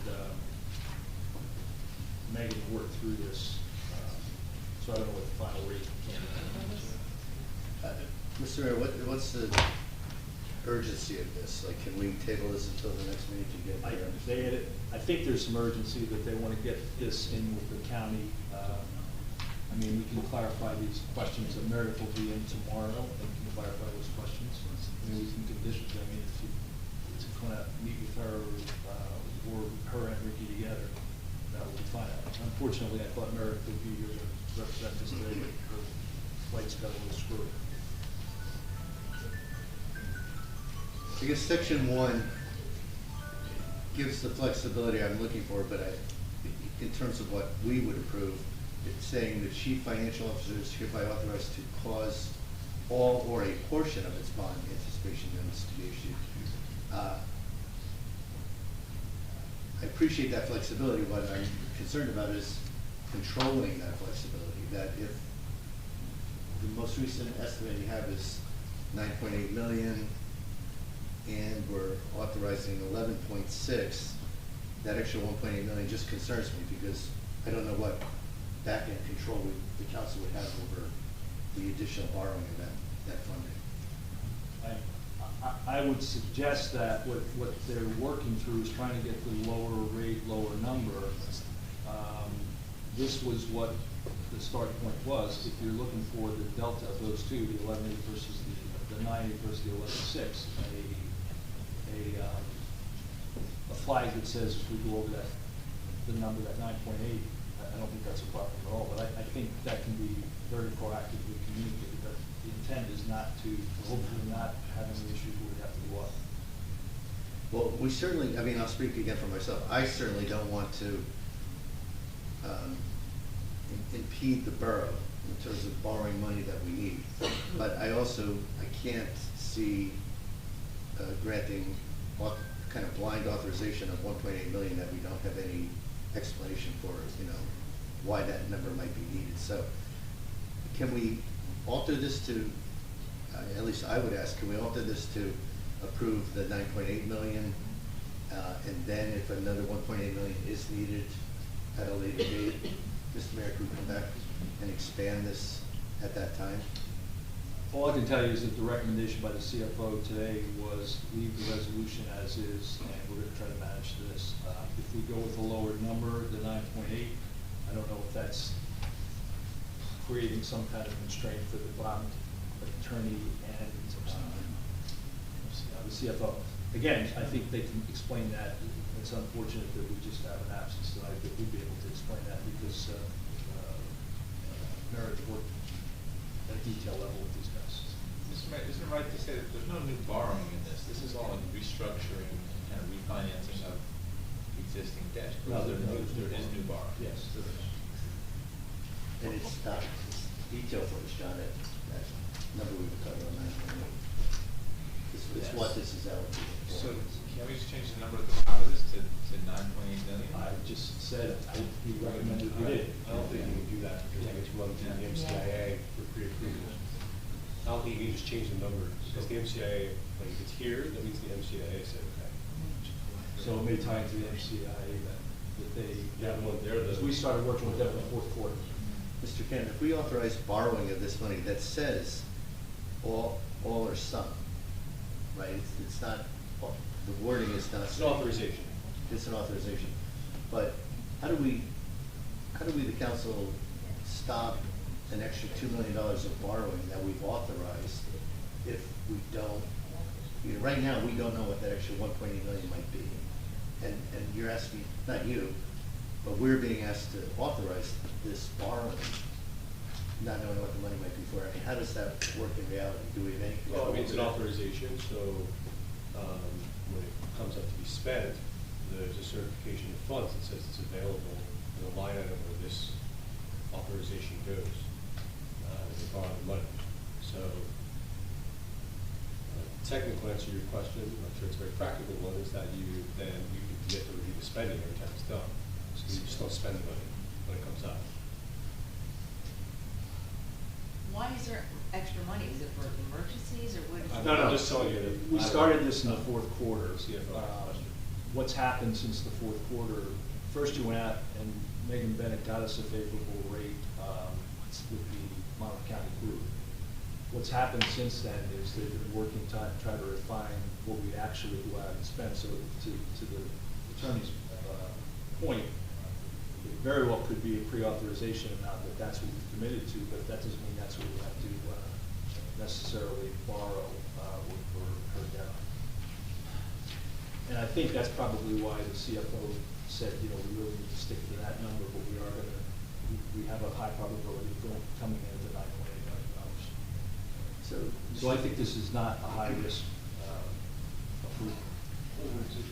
The underlying documents for this that the CFO obviously has, because he or she, he at the end of this point, he's the one who got the approval through the MCIA. So I mean, it's in there. The reason I say I don't think you can change it is because this is a pool, it's pooled, right? The MCIA is a pooled, it's a pooled funding. It's a funding pool, I guess is the way to put it. So they have it all allocated, they go out for a certain amount, and they approve all that. So I'm not sure you can change it and send it into them, and that's going to be okay. Mr. Cannon, let me ask you in simple resident terms. Is this someone like I would call it a HELOC, where you're authorizing your ability to borrow up to this amount, but you said we can control it by managing the spend associated with this. If I don't need that money, that I get approval for my HELOC from the bank, home equity loan, I'm getting approved by the bank. In this case, we're doing the approving, but we get approved by the bank for $500,000 on home equity. I only spent $380,000, or am I getting the loan for the full $500,000? Do you know what? If you mean. Are we paying interest, are we paying interest Yes. on 11 million? You shouldn't be until you spend. Until you spend it. So if you don't spend it, you're not paying interest on it. You should not be. Bond counsel's fees are based on the dollar amount of the borrowing. Yeah, typically, but the I feel like they're based on the notes, so I'm not entirely sure of the mechanisms in that regard. I mean, if these are really, on God's honest truth, these are really CFO questions for the administrator to deal with the CFO. And Those kind of details just aren't. And if we don't approve this, then we jeopardize our ability to borrow, period. I'm feeling a little blackmailed into voting for this. Well, I think, again, the CFO and the borough administrator have that level of detail. They have worked, the bond counsel does not dictate anything. We provide her what we want. And you can see the detail that we provided to y'all on Monday was general capital, sewer capital, and beach capital. No, that was very helpful. I appreciate that, but it totaled $9.8 million. Right, and I guess the subsequent question, had that question come up with the difference, we could answer. I could have had the CFO contact you on that. He was clear with me, though, that we needed Because I asked the question, do we need to go with the lower number, and he said, no, we need to go with the 11.5, because we've been able to take this down to 9.8. So I think it does have to do with pre-authorization from the Monmouth County group, that's who we worked with, because they gave us the most favorable word. Okay, so I actually thought when we showed up tonight, after you shared that detail, I thought we were going to change this dollar amount, which I now am told we can't. So, Mr. Mayor, when you said, had we asked, I thought you gave us the detail, we're changing it. I guess my question now is, can you just commit to the council that the CFO and the DA will explain this very thoroughly to us within a week? Absolutely. That's probably within a day. It would have been helpful to just have had the explanation before we asked to vote on it. Okay, any other comments, questions? So, motion to approve 2024-46, do I have a second? Second. Mr. Noble? When I borrow money, the first thing I ask is what's the rate, and I'm not getting the answer, and I just don't feel comfortable with this. I just can't say yes, so I'm gonna say no. Mr. Gubatose? It's not fair that this council president DeNoble gets to go first and say no, so the rest of us are in a much tighter a bind here. I totally agree with you, Council President. I'd like to know the rate. I'd like to know why the extra 1.8 million. Only because I appreciate the need to borrow at least 9.8 million, and I'm being told very clearly that I jeopardize all of the borrowing if I vote no with you. I'm going to vote yes. Ms. Mahoney? I'm going to assume that that it's built in and it's pooled, and I'm also going to assume that the rate is based on the higher number, and I'm hoping that my assumptions are correct. I also feel like we probably have to do this, so I'm going to vote yes and expect an answer. I assume that Ricky can give me, Mr. Gartz can give me an answer tomorrow. Yep. So I'm gonna expect that, and I also think that it'll be easy to track this $2 million. So I'm gonna vote yes. Mr. Weber? I'm also gonna vote yes, because I'm confident that we're gonna hear from the borough officials as we've been promised, and get the information we need, so I vote yes. Mayor Fox? Yes.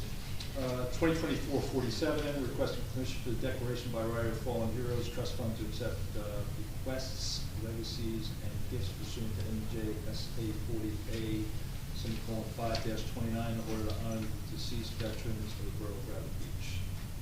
Can I ask you a question?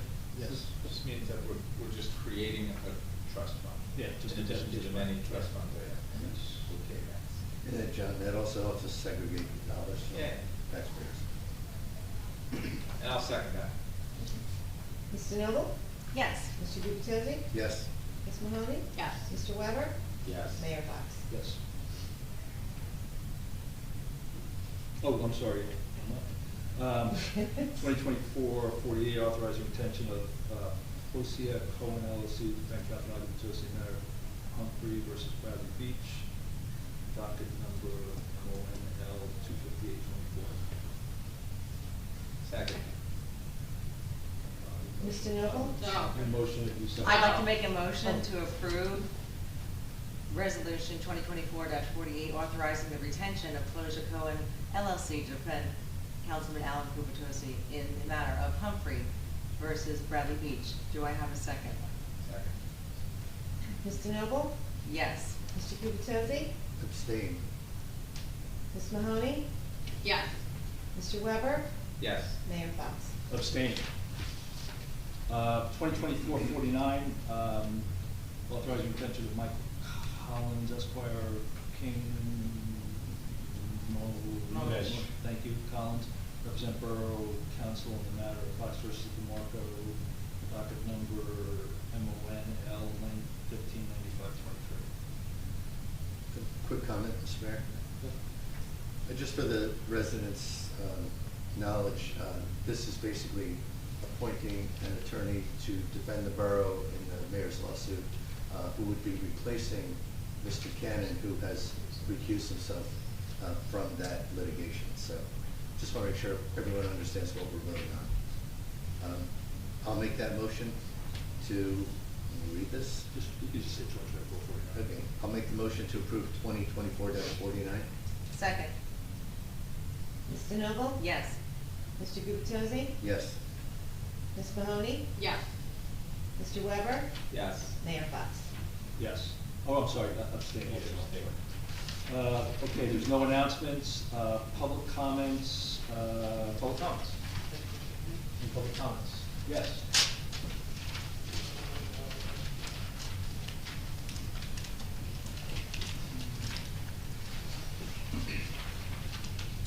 On the green left, 414 Monmouth Avenue. I have 3 questions.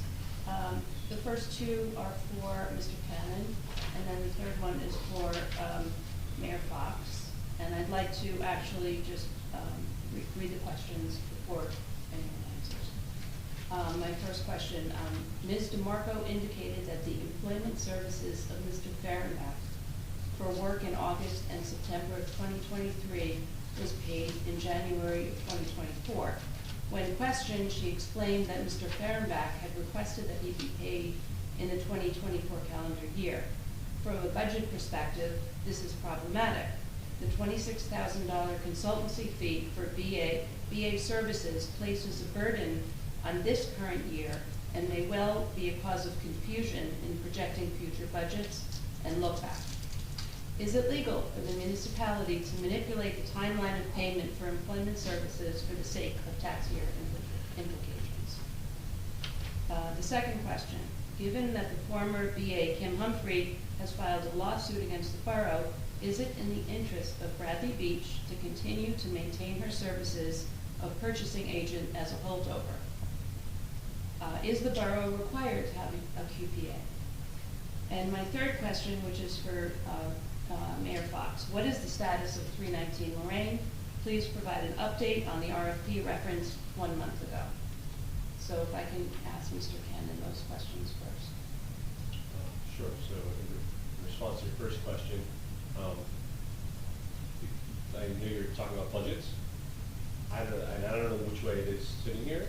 But for example, those funds are encumbered in 2023. They may very well, if they paid the first month of 2024, they very well may be part of the 2023 budget, because you can do that. You can take those 23 budget funds and spend them in 24, but allocate them appropriately. That was your first concern as to the budget. Your second concern as to the timing of the payment, that the municipality is permitted. We can always pay people later. We cannot prepay people for things that they didn't do yet, right? Because you have to sign a payment certification that you perform the services of the goods or provide the good. So that is acceptable. I give you other examples. There are when highly paid employees retire with significant sick pay payouts, the town often enters into agreements with those type of employees to pay over time. It helps the employee from a tax perspective. It helps the borough from the municipality from a budgeting perspective. So that both those things are permissible. And I'm not sure that your assumption, because it's paid in 24, it's not part of the 23 budget. Although I don't know what it is sitting here right now. They can be encumbered and then paid in the next month for budget purposes. So neither of those things is. So there's no concern or liability that that the payments for employment services are actually manipulated in order for, and it was at the request of the individual, not to be encumbered by that salary in that calendar year. It's okay for a municipal entity to actually make those changes. Yes, we can't do is pay them earlier to help them out. Okay. I always pay people later if it benefits both parties. Ms. Greenblatt, just to follow up on what you just said, I think what is likely, we don't know though that this happened, but it's likely it was encumbered in 2023, but it wasn't paid until 24. If it's encumbered in 23, if its accounting is done correctly, then the expense, if you will be recognized as 23. And it's more like we set up a liability, the encumbrance. And then when we pay it in 24, you just basically credit cash and debit that liability. So the expense would, if it was encumbered in 23, the expense would hit 23. Okay, thank you. And then my second question was with regard to the lawsuit by Kim Humphrey against the borough and the fact that she is still being paid by Bradley Beach as a QPA in a holdover this year. Yeah, so that's a difficult question in a labor case. I'm going I'll just say this, it can cut both ways, right? But I really don't want to give a legal opinion on that in the pending. I would say we have no comment on that right now. I mean, but is it in our, okay, so here's the other question. The other question is the borough required to have a QPA? Is that a requirement? It's not a legal requirement. It's not a legal requirement, but it saves us money. Well, it's not, it's saving us money when we're paying for the services with the same individual who's suing the borough. I'm not quite sure about that. I think that's a matter of interpretation. So my next question is about the status of 319 Lorraine. I'd like to know what developments have occurred. We are in the process of developing those RFPs. That's not really an answer. You know, it's not an answer. Well, can you provide some information to the community about what exactly is in the RFPs? What are the plans? What is the vision? The RFPs they'll be public, and we're working with the land use board to get those completed. So there's no interest in involving the community and knowing how this property is going forward and the timeline? Yes. I mean, I had asked the question a month ago, and I know. 3 weeks ago, yes. No, it was a month ago, when I was here standing. 24th, yeah. 24th is 3 weeks ago, yeah. No, it wasn't the we're working on it. 24th. We're working on it. We're working on it. Okay, I mean, can we look forward to some sort of a presentation about what is the timeline, what's going forward with this property? It's been sitting and sitting and sitting. I'm aware it's been sitting, and I've been pushing it more than anybody else. I've been pushing it more than anybody else, so I can tell you when we have that, we'll have it for you. Okay, I'd like some sense of when that might be. Okay. Thank you. Ms. Greenblatt, on that note, just for the record again, the council has no idea of any updates on these RFPs, so when you ask the mayor to share this with the public, hopefully the council will have an opportunity to provide input by that point as well. But as we sit here, the council knows nothing about this. Right, I appreciate that. So the community should truly understand that, you know, to bump into a council person on the street and start rattling off and asking questions and maybe complaining, that really the question should go to mayor and the municipality, really. Thank you. Thank you. Yes.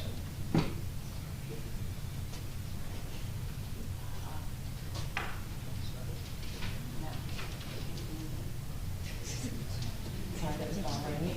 Oh, was it Nancy? Good catch. Nancy Meadow, Ocean Park condominiums. I'm just requesting for the 4 council members, you just need to legislate. Every little thing that goes on here, more importantly, every little thing that doesn't go on here, and every protocol that would be standard, and what I would consider, without a municipality, would really be considered a small business. So, my things, I've mentioned most of this before. The rec sign, nothing posted since June. That's unacceptable to me. I brought up what I found to be an offensive caution tape around the window in the Borough Hall foyer months ago. Well, not months ago, Monday after Thanksgiving is when I noticed it, so the meeting there, that's still there. Website has the next meeting for this chamber, this group, 2/28 from 8 a.m. to 6 p.m. That's pretty unacceptable to me for somebody who wants to cut meetings short. This is all indications of people that don't do their jobs. And people who don't do their jobs take their instructions from management, and that's what pisses me off. And here we go, since August 2022, I've tried to find out from this body and others what financial and guidance we received and or requested from the county, state, federal governments, as well as our supportive staffs, or subcontractors, however you'd like to call them. I received no answers, just dead silence. We all tend to know what that means.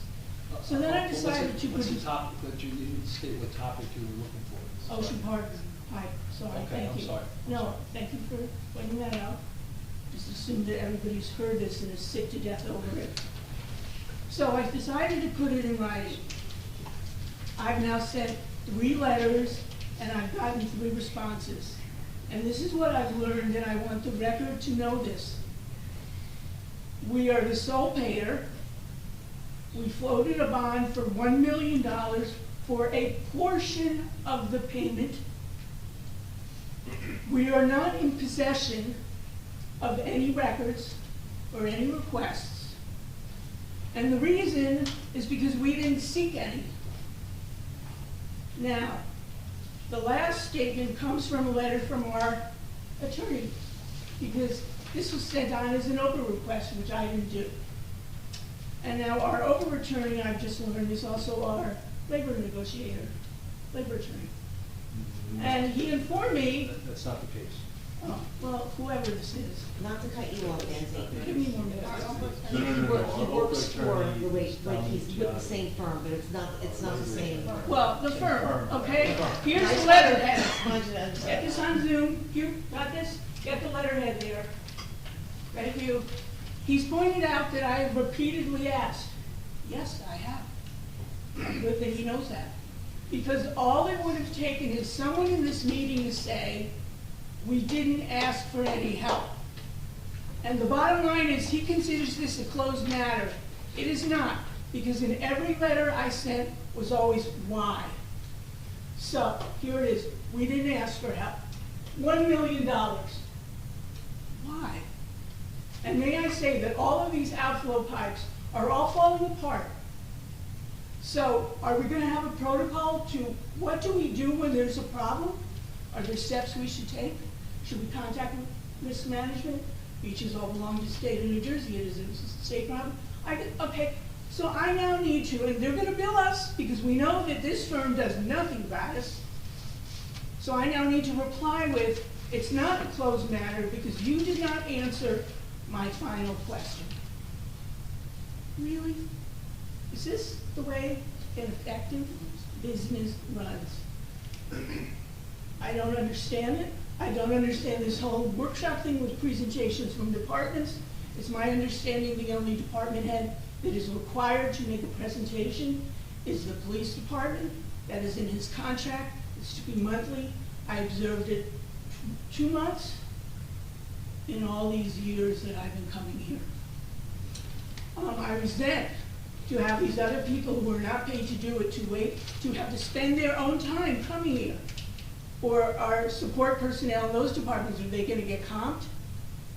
And may I say also regarding, I forgot this is the clincher, the letter from the firm of Eric and Bernstein Associates. It is my understanding that Mr. Marco is our acting business administrator. He emailed her borough administrator. So that attention to detail is another person that is not serving us well. Thank you. Yes. Casey Davidson, 304. I want to follow up, the last meeting I asked about the house that was on 4th Avenue, that they were building a side wraparound top deck, and I was told it was going to go to the land use. But I found out that the homeowners had to retain their own lawyer. So, I mean, I don't know anything about the construction office, or I'll admit that, but I just am thinking logically, because I'm a human being that would think logically, why couldn't the construction office just rescind the approval? I don't know if that's Mr. Cannon or. Why can't the zoning? Why couldn't why couldn't they just rescind the approval rather than? Because then you'd have a lawsuit from the other side, so it's really one way or the other. So if the borough makes a mistake, In a zoning situation, you're caught in the middle. so you two have to interested retain your parties. own lawyer? So- And they can then sue the borough for those costs, I guess? Well, if you're the applicant, right, and you have a valid issued approval rescinded, you have a claim. If you're an objector and you don't believe the approval was issued validly, you have a claim. So once you get into that situation, it's really a no-win situation for the borough. One way or another. You could flip a coin and do it either way.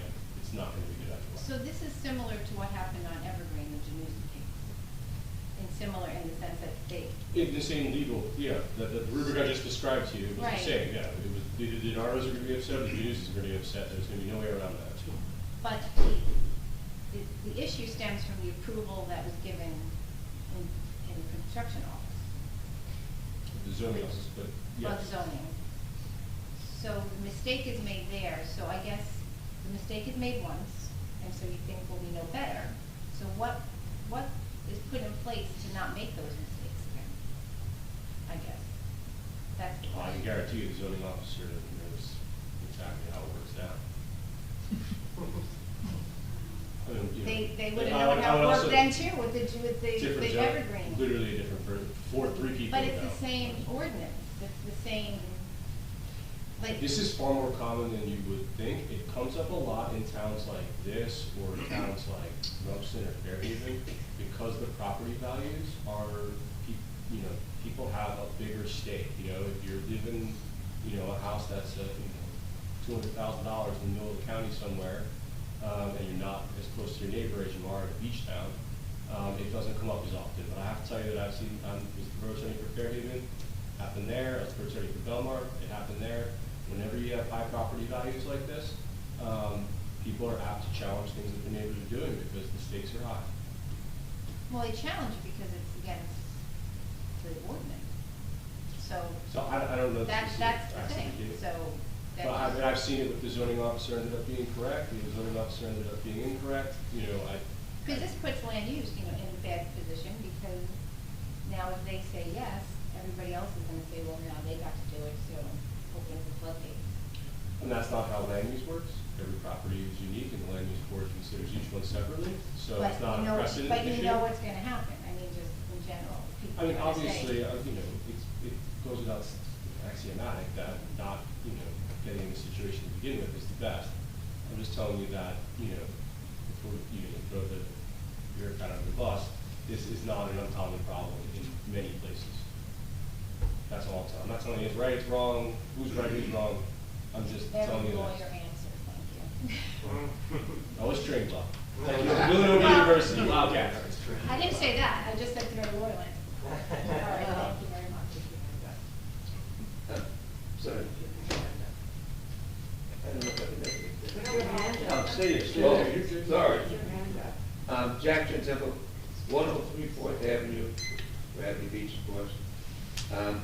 This is about the church complex, 319 Lorraine. I'd like to respond to some, I wrote this down because last week I had a little problem trying to get on the Zoom, and so I had the time to put this, get the thoughts down the way I wanted them to sound. I'd like to respond to some recent news coverage and letters to the editor regarding the church complex at 319 Lorraine, which I feel are misleading and incorrect. When it was acquired by the township a couple of years ago, the reigning business administrator was quoted as saying it was a gem. Seemingly everybody was on board to implement then a community center, a centrally located pearl within this gem, within this oyster known as Bradley Beach. Then came an abrupt split, perhaps coincidentally, that the Cinema Labs proposal appeared. The church, with its 122-year history and renowned architect, this cultural property was shoved to the back burner.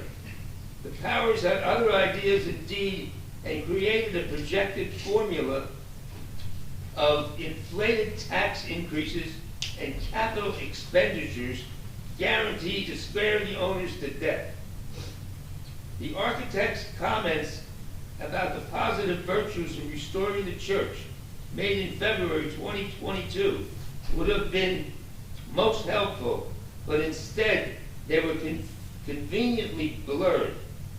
There are many unique aspects to the church and its history.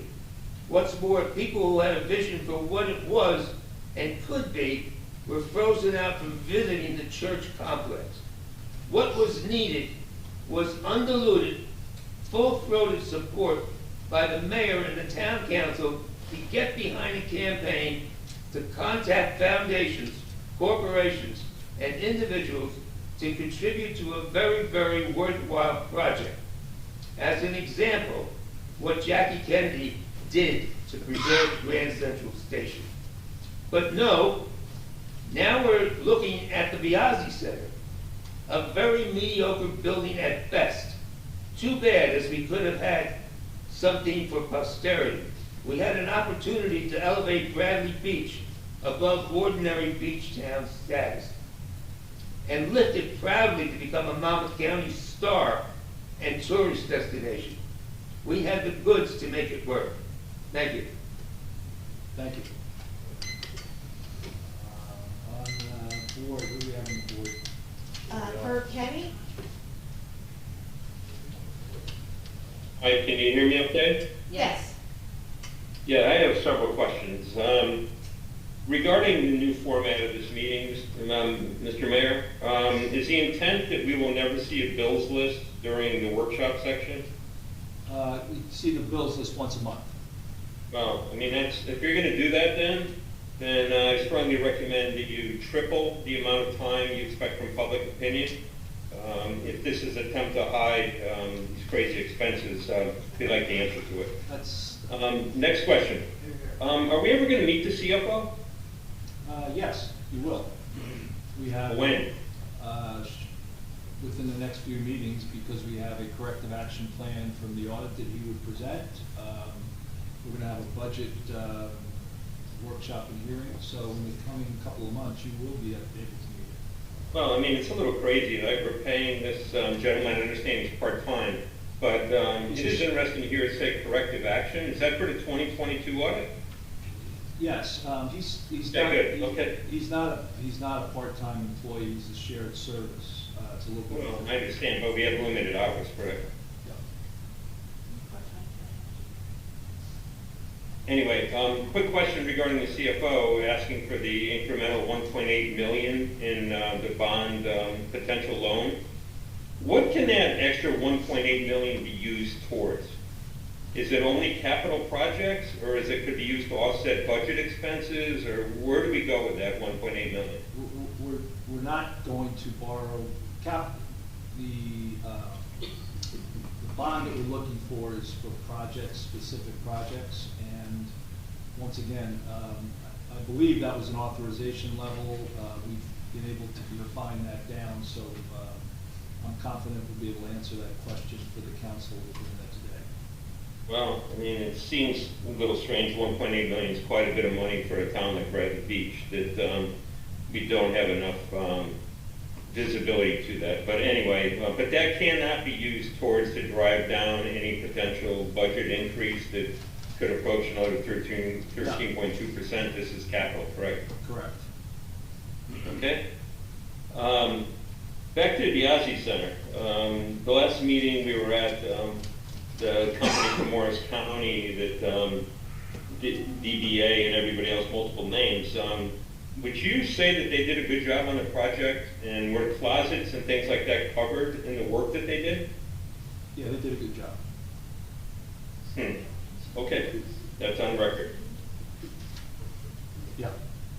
Okay, don't bat your eyes, because I've heard of multiple instances where closets were not inspected, things were thrown out, and a lot of potentially good things like Historical Society material was damaged. But that's okay.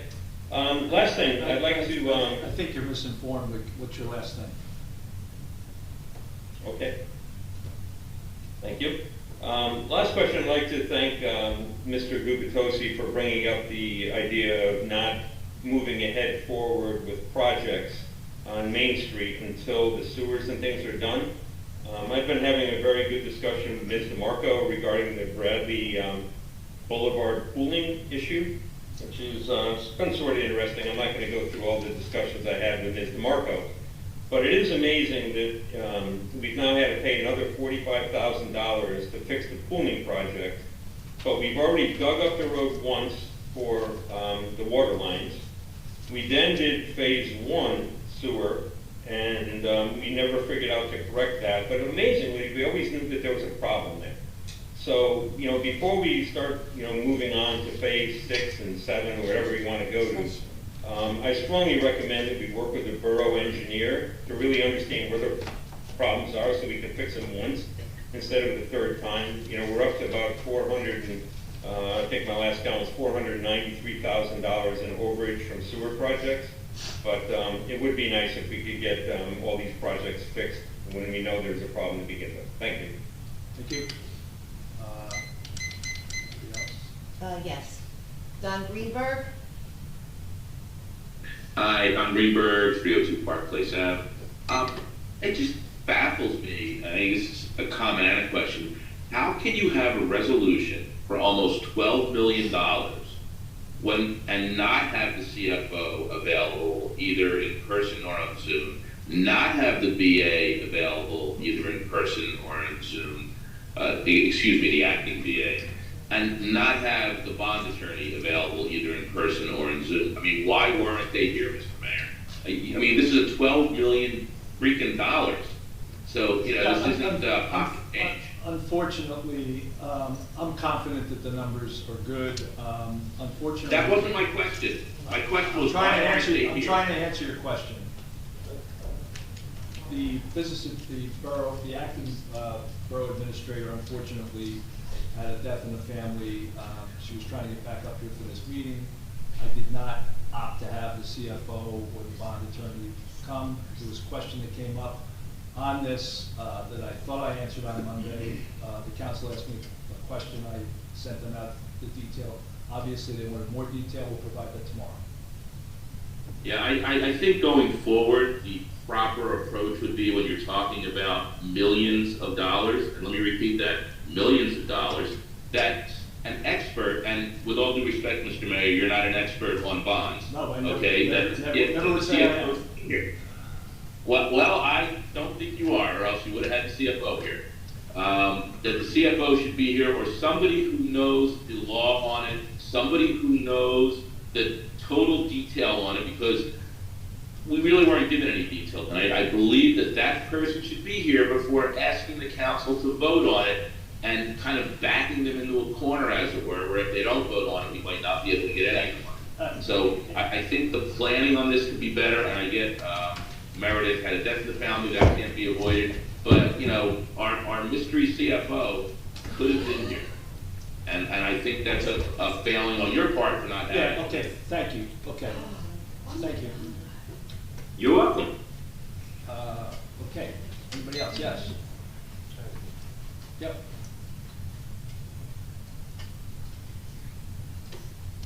My name is Aria, 116 York Avenue. At just about all the meetings, at some point, someone asked a question, and the answer turned out to be, we'll get back to you on that, or we'll talk about that offline.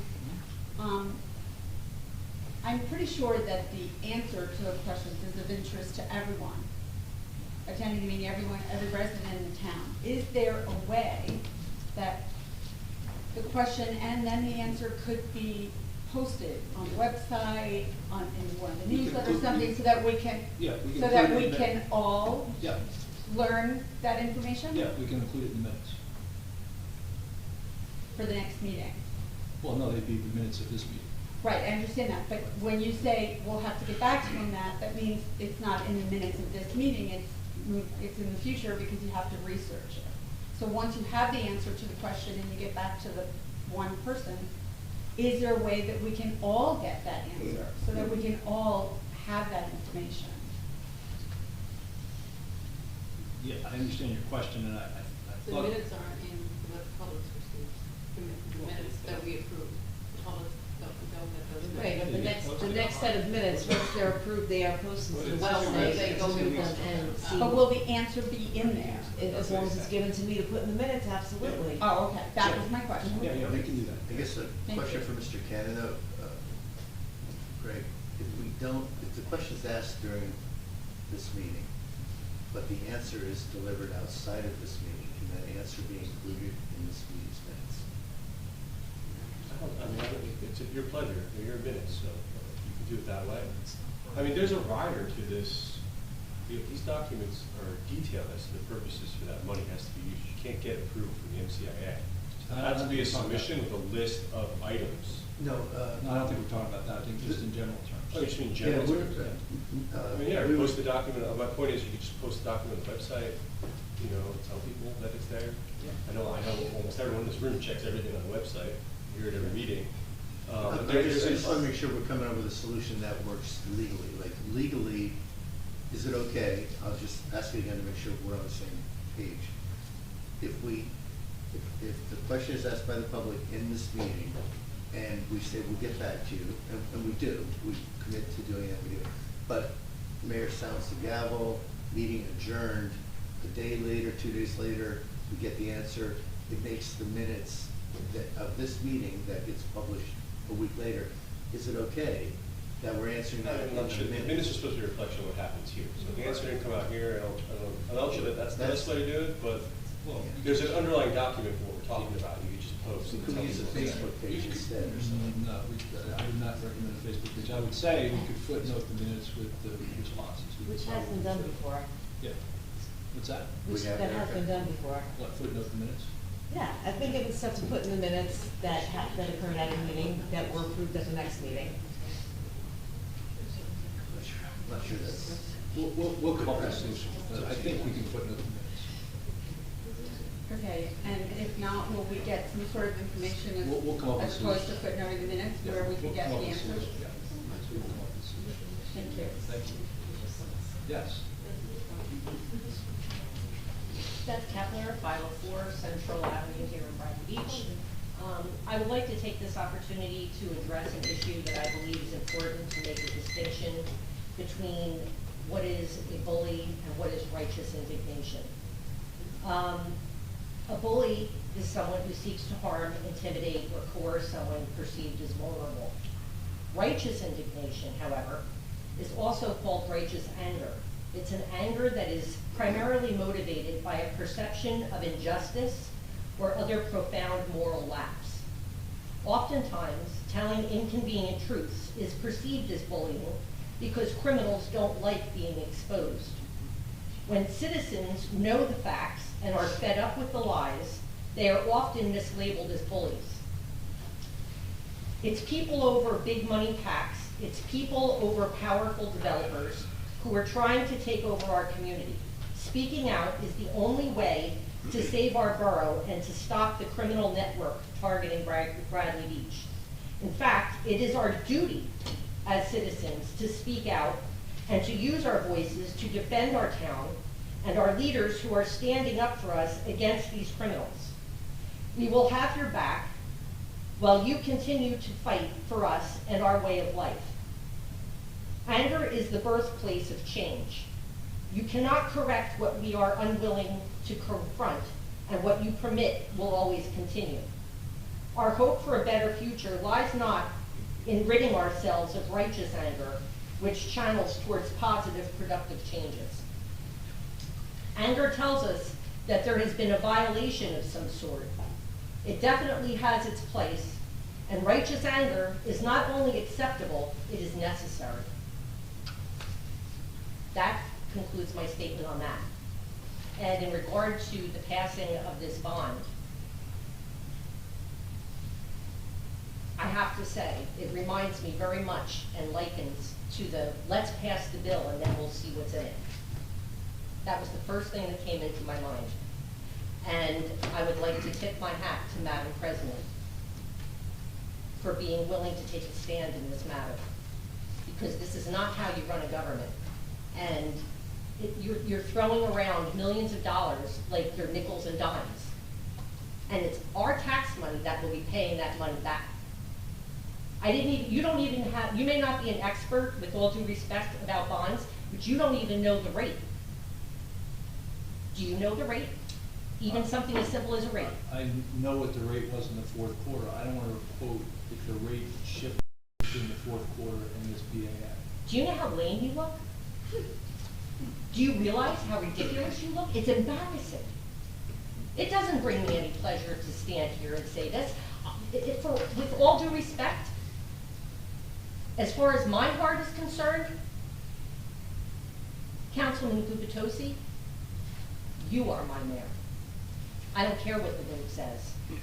You have been a leader, and you are the reason that we are gonna actually maybe someday, hopefully, get to the bottom of this number problem that we seem to be having. But there's criminality at play. Excuse, I'm not done. We're getting close. No, not yet. Well, No, not even I'm close. sorry, you know, let's have that level of civility and decency. Are you familiar, because Mr. Cannon can hip you to the rules? Right. Because you have, my civility is not required. Did you not just pay attention? I can make you a copy. Righteous anger. I have a right to be angry. You're spending, squandering, and embezzling my money. Well, you're accusing me of embezzlement. Yes, I am. I'd be very careful with that. Well, I have every right to. I tried, see, this is where righteous anger comes in. I addressed it the right way, the way it was supposed to be done. I wrote a letter, citizens signed it, sent it to the Attorney General's office. Radio silence, crickets. But I have a right to stand here, and if it's my opinion that you're a criminal and you're embezzling my money, I have every right to say so. Too bad, so sad. You're pathetic. Thank you. Yes. Thomas J. Cohen, 612 3rd Avenue. I'm just a little puzzled, Mayor. The audit was due June 30th of 2020. The 2022 audit was due June 30th of 2023. You're given an extension by the DCA to September 30th, 2023. You are 229 days past the original date and 137 days after the extended date. Okay? Now tonight, you say we're going to meet the CFO because he's going to submit a corrective action plan, which tells me we got a problem if we need a corrective action plan. Every audit requires a corrective action plan. It's a Okay. requirement of the audit. Okay, but now we got to see what it is, see what it says, how many items. Yeah. I mean, it I'm not sure I indicates, understand your point. that there's issues. Okay? No, it indicates that part of the process, the question that was asked was, when will we meet the CFO? The CFO presents the corrective action plan. That is the process. How many more days is that going to be from the 139 that we're over? Do we know when the presentation is going to be? I said within the next few meetings, yeah. But I need specifics. When you say soon, I'm the not next giving few you meetings. specifics that I don't know the specifics. You can't give a specific on a rate either. It's unbelievable. But I want to address a couple things Mr. Matos said. He accused my rents of being fictitious. No, Mr. Matos was addressing us. I'm sorry. Okay, well, I know, he was looking right at me when he said it, okay? And I asked him to address me. I paid for my own garbage cans. I'm just saying that those would be nice garbage cans for everyone to buy, okay? Also, I fill out the county forms for the county tax board every year, and the tax assessor calls me and says, are these rents real? And I say, yeah, they are. He says, wow, you're a pretty honest guy because they're higher than everybody else. So there's a difference, and I want the public to understand. Mr. Matos is comparing a tomato to an orange. He's saying my residential house. Residential houses are assessed differently, okay? Commercial properties are assessed differently. So he needs to make that distinction and really come up here with some bullets, because it's a shame that he has to cast those aspersions. But now I had a question. We're paying the police chief's salary based on the 2024 contract, approximately $17,000 a month. And now it's been November, December, January, February. We're paying him for a no-show job. Do we know when this ends? Mayor, do we know when this ends? No? I'm not commenting on personal matter. Okay. The investigation is not within our control. We do not know when it ends. Okay. It ends when the investigating authority tells us it's over. Okay, well, okay, I have a comment on that too. So I just want to make it, that September 27th of 2021, I filed a complaint about the police chief and his behaviors in this room. Okay? Sent a letter, and you were CC'd, Mayor, and I got a letter from Mrs. Kim Humphrey, and it said, I will need to forward this email to the Borough Council and the Borough Council. Here in Bradley Beach, I am not the appropriate authority for the police chief. Per the Borough Administrative Code, the mayor and council are the appropriate authority. Well, we thought we had this BA who knew what was going on, but she's 100% wrong. She's not the authority. So the authority is the prosecutor's office. So my rights were denied by Ms. Humphrey and you, Mayor Fox. And we probably wouldn't be in the situation we're in now if this was addressed then. So the Office of the Attorney General, Internal Affairs and Policy Procedures, 5.1.8, complaints against law enforcement executive or a member of the executive senior management team may originate from a member of the public or from an employee of the agency. As such, complaints shall be documented and referred to the county prosecutor's office for review. My complaints, that never happened. No, it didn't. No, you're incorrect. Those were my second complaints, which I took exactly to the prosecutor's office. These complaints were ignored by you, and my rights were violated. Just want to let you know these things could have been taken care of a lot sooner if people were proactive in running our government. Thank you. Thank you. Yes.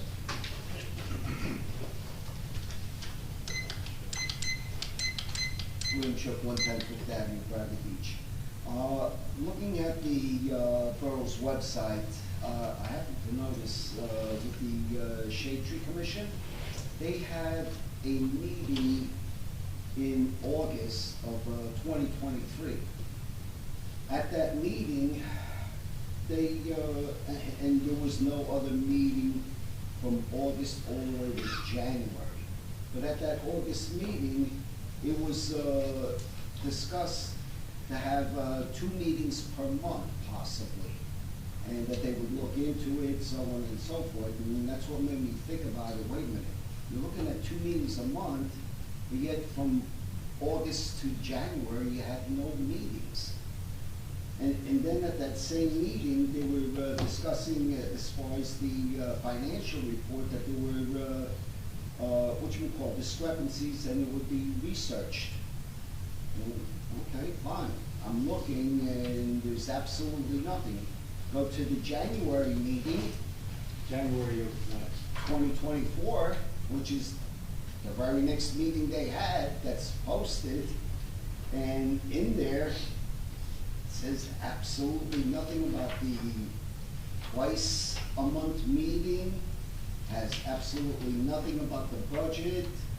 The only thing it says is the Shade Tree has account is $15,057.74.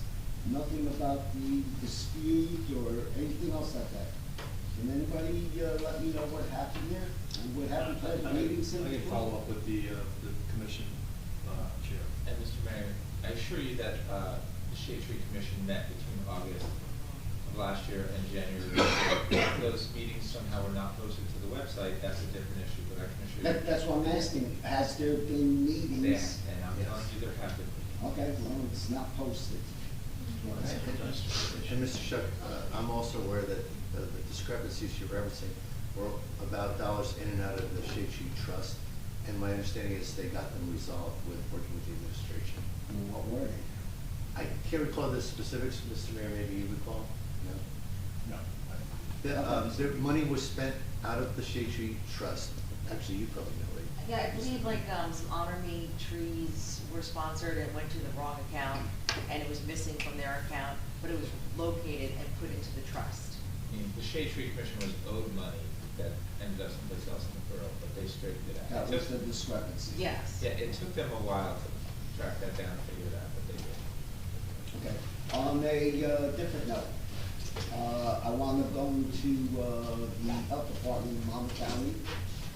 We had a little meeting and stuff, and they provided me with a bunch of COVID-19 test kits. So if anyone wants them, they're here.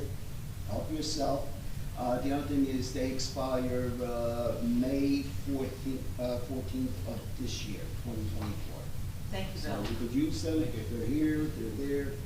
And I think if you check online, the expiration dates. Yeah, actually extend all you have to those. do is look up the lot number and Yeah, tell you. because they typically are longer than that.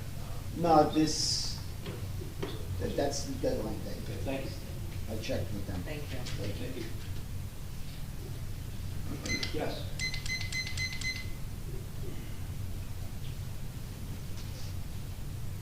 Rick Bartolome, 116 Newark.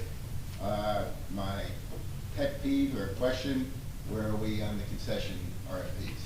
They are out. They're out and about right They're out and about, so I can see them on the Yeah, they're on the website. website? Okay, thank you. You're welcome. now. Yes.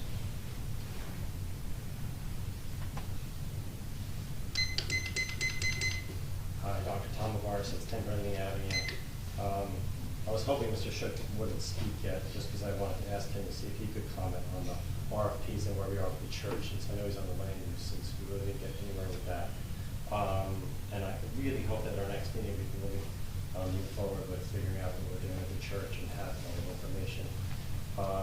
And the other thing is, it's, Mayor, it's not the most comfortable thing standing up here. It just isn't. And when we have a concern, a complaint, and you have people staring at you, it just doesn't feel great. And I just want to let you know. Sorry, I didn't hear the last thing you said about what? One more time. It does not feel great when we are up here and we're trying to talk, and we get an, okay, thank you, okay, thank you, okay, thank you. It's rude, you're cutting us off, and I just want to make sure that you understand what you're doing is what's called viewpoint discrimination. And I hate doing this. I feel like I'm Mr. Dictionary. We want to get definitions of things, but viewpoint discrimination is when you cut us off, when you don't like it. If you want to comment, if you don't like if I start saying something and you're like, yeah, well, wait, you don't get to do that. You can do that after we're done talking. This is public comment. Not public comment, and the mayor gets to reply because he feels uncomfortable and he's got to defend himself. You don't get to do that. So if I want to say, shut up, hey, shut up, I can do that. It says it in here. I'm protected to do that. So if someone stands up here like Beth was, and she says things that are very caustic to you, and I know it's uncomfortable. Everyone in the audience feels that it's uncomfortable. But you have to give her credit that she does stand up here and say things. Not many people do this. I mean, you can count on your hands how many people come up here. It's not many people. So I just want to make you aware. I also want to make you aware that the words are vehement, caustic, and sometimes unpleasantly sharp attacks on government and public officials are protected speech. We have enough lawsuits in this town. You are opening yourself up for a lawsuit every time you try to cut us off, shorten our time, or say, okay, thank you, okay, thank you. When you say, okay, thank you, that's you cutting us off, and to someone's up here, you're trying to say my time is up. My time is not up until my time's up, that timer goes off. So please just stop doing it. If they're done, just let it be done. Let them walk away and say, thank you. Not, okay, thank you, every time. I know it sounds ridiculous, it's that I'm saying, because that's what it sounds to us in the audience. You cut off an elderly person, you cut off a person who's talking caustic to you. I'm sorry that it happens, but it does happen. The other thing I just wanted to make aware, because you did say something, that she's calling you a criminal. The past president has been called a criminal. Obama has been called a criminal. I'm pretty sure there was an entire chant to lock Hillary Clinton up. They called her a criminal. They can call people, we can call you that. There's defamation laws, you do. I know you're not an expert in bonds, I know you're not a lawyer, but I think you should talk to Mr. Penn about what we can say about you and what we can call you. We're allowed to do mudslinging, we're allowed to say things that might even be untrue. We are protected under that law, we can do those things. So I just want you to understand, again, it's not comfortable here. My wife, when she stands up here, her heart races. She hates it. We do not want to talk. We don't. We want this town to run smoothly. We want things to run great, but you make it difficult. So it's hard for us to sit back and shut up and not say anything. So when we say something and you try to cut us off, it is very, very, very uncomfortable. So I ask you, I think I did this like 2 years ago, please stop doing it. Just shut up and take it. You got to. I'm not cursing at you. If I was, that is not protected speech. I cannot call you very, very bad words. I want to sometimes, but I don't. So please, you need to temper your tone and your speech to us. We do not have to do it to you. Thank you very much. Thank you. If there's no other comments, I just comment to the original comment I made earlier today, and that's, we're going to disagree on things, and we're going to have a different perspective. We should try to gauge how we speak to each other. We're all neighbors. This isn't national politics. And my reactions when I say, okay, thank you, fast, according to the last person up, I might say that fast, but, you know, sometimes it just feels like that is what needs to be said. So I thank you. I think I'll move to the next agenda item, which is adjournment. Make a motion to adjourn. Second. All in favor? Aye.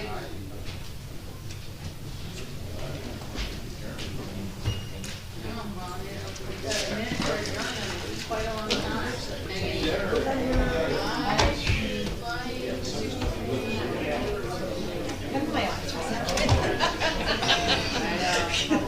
That's probably just the easiest. I was afraid to see No, I don't know what the, I don't know what the, I don't have it, but I just know I have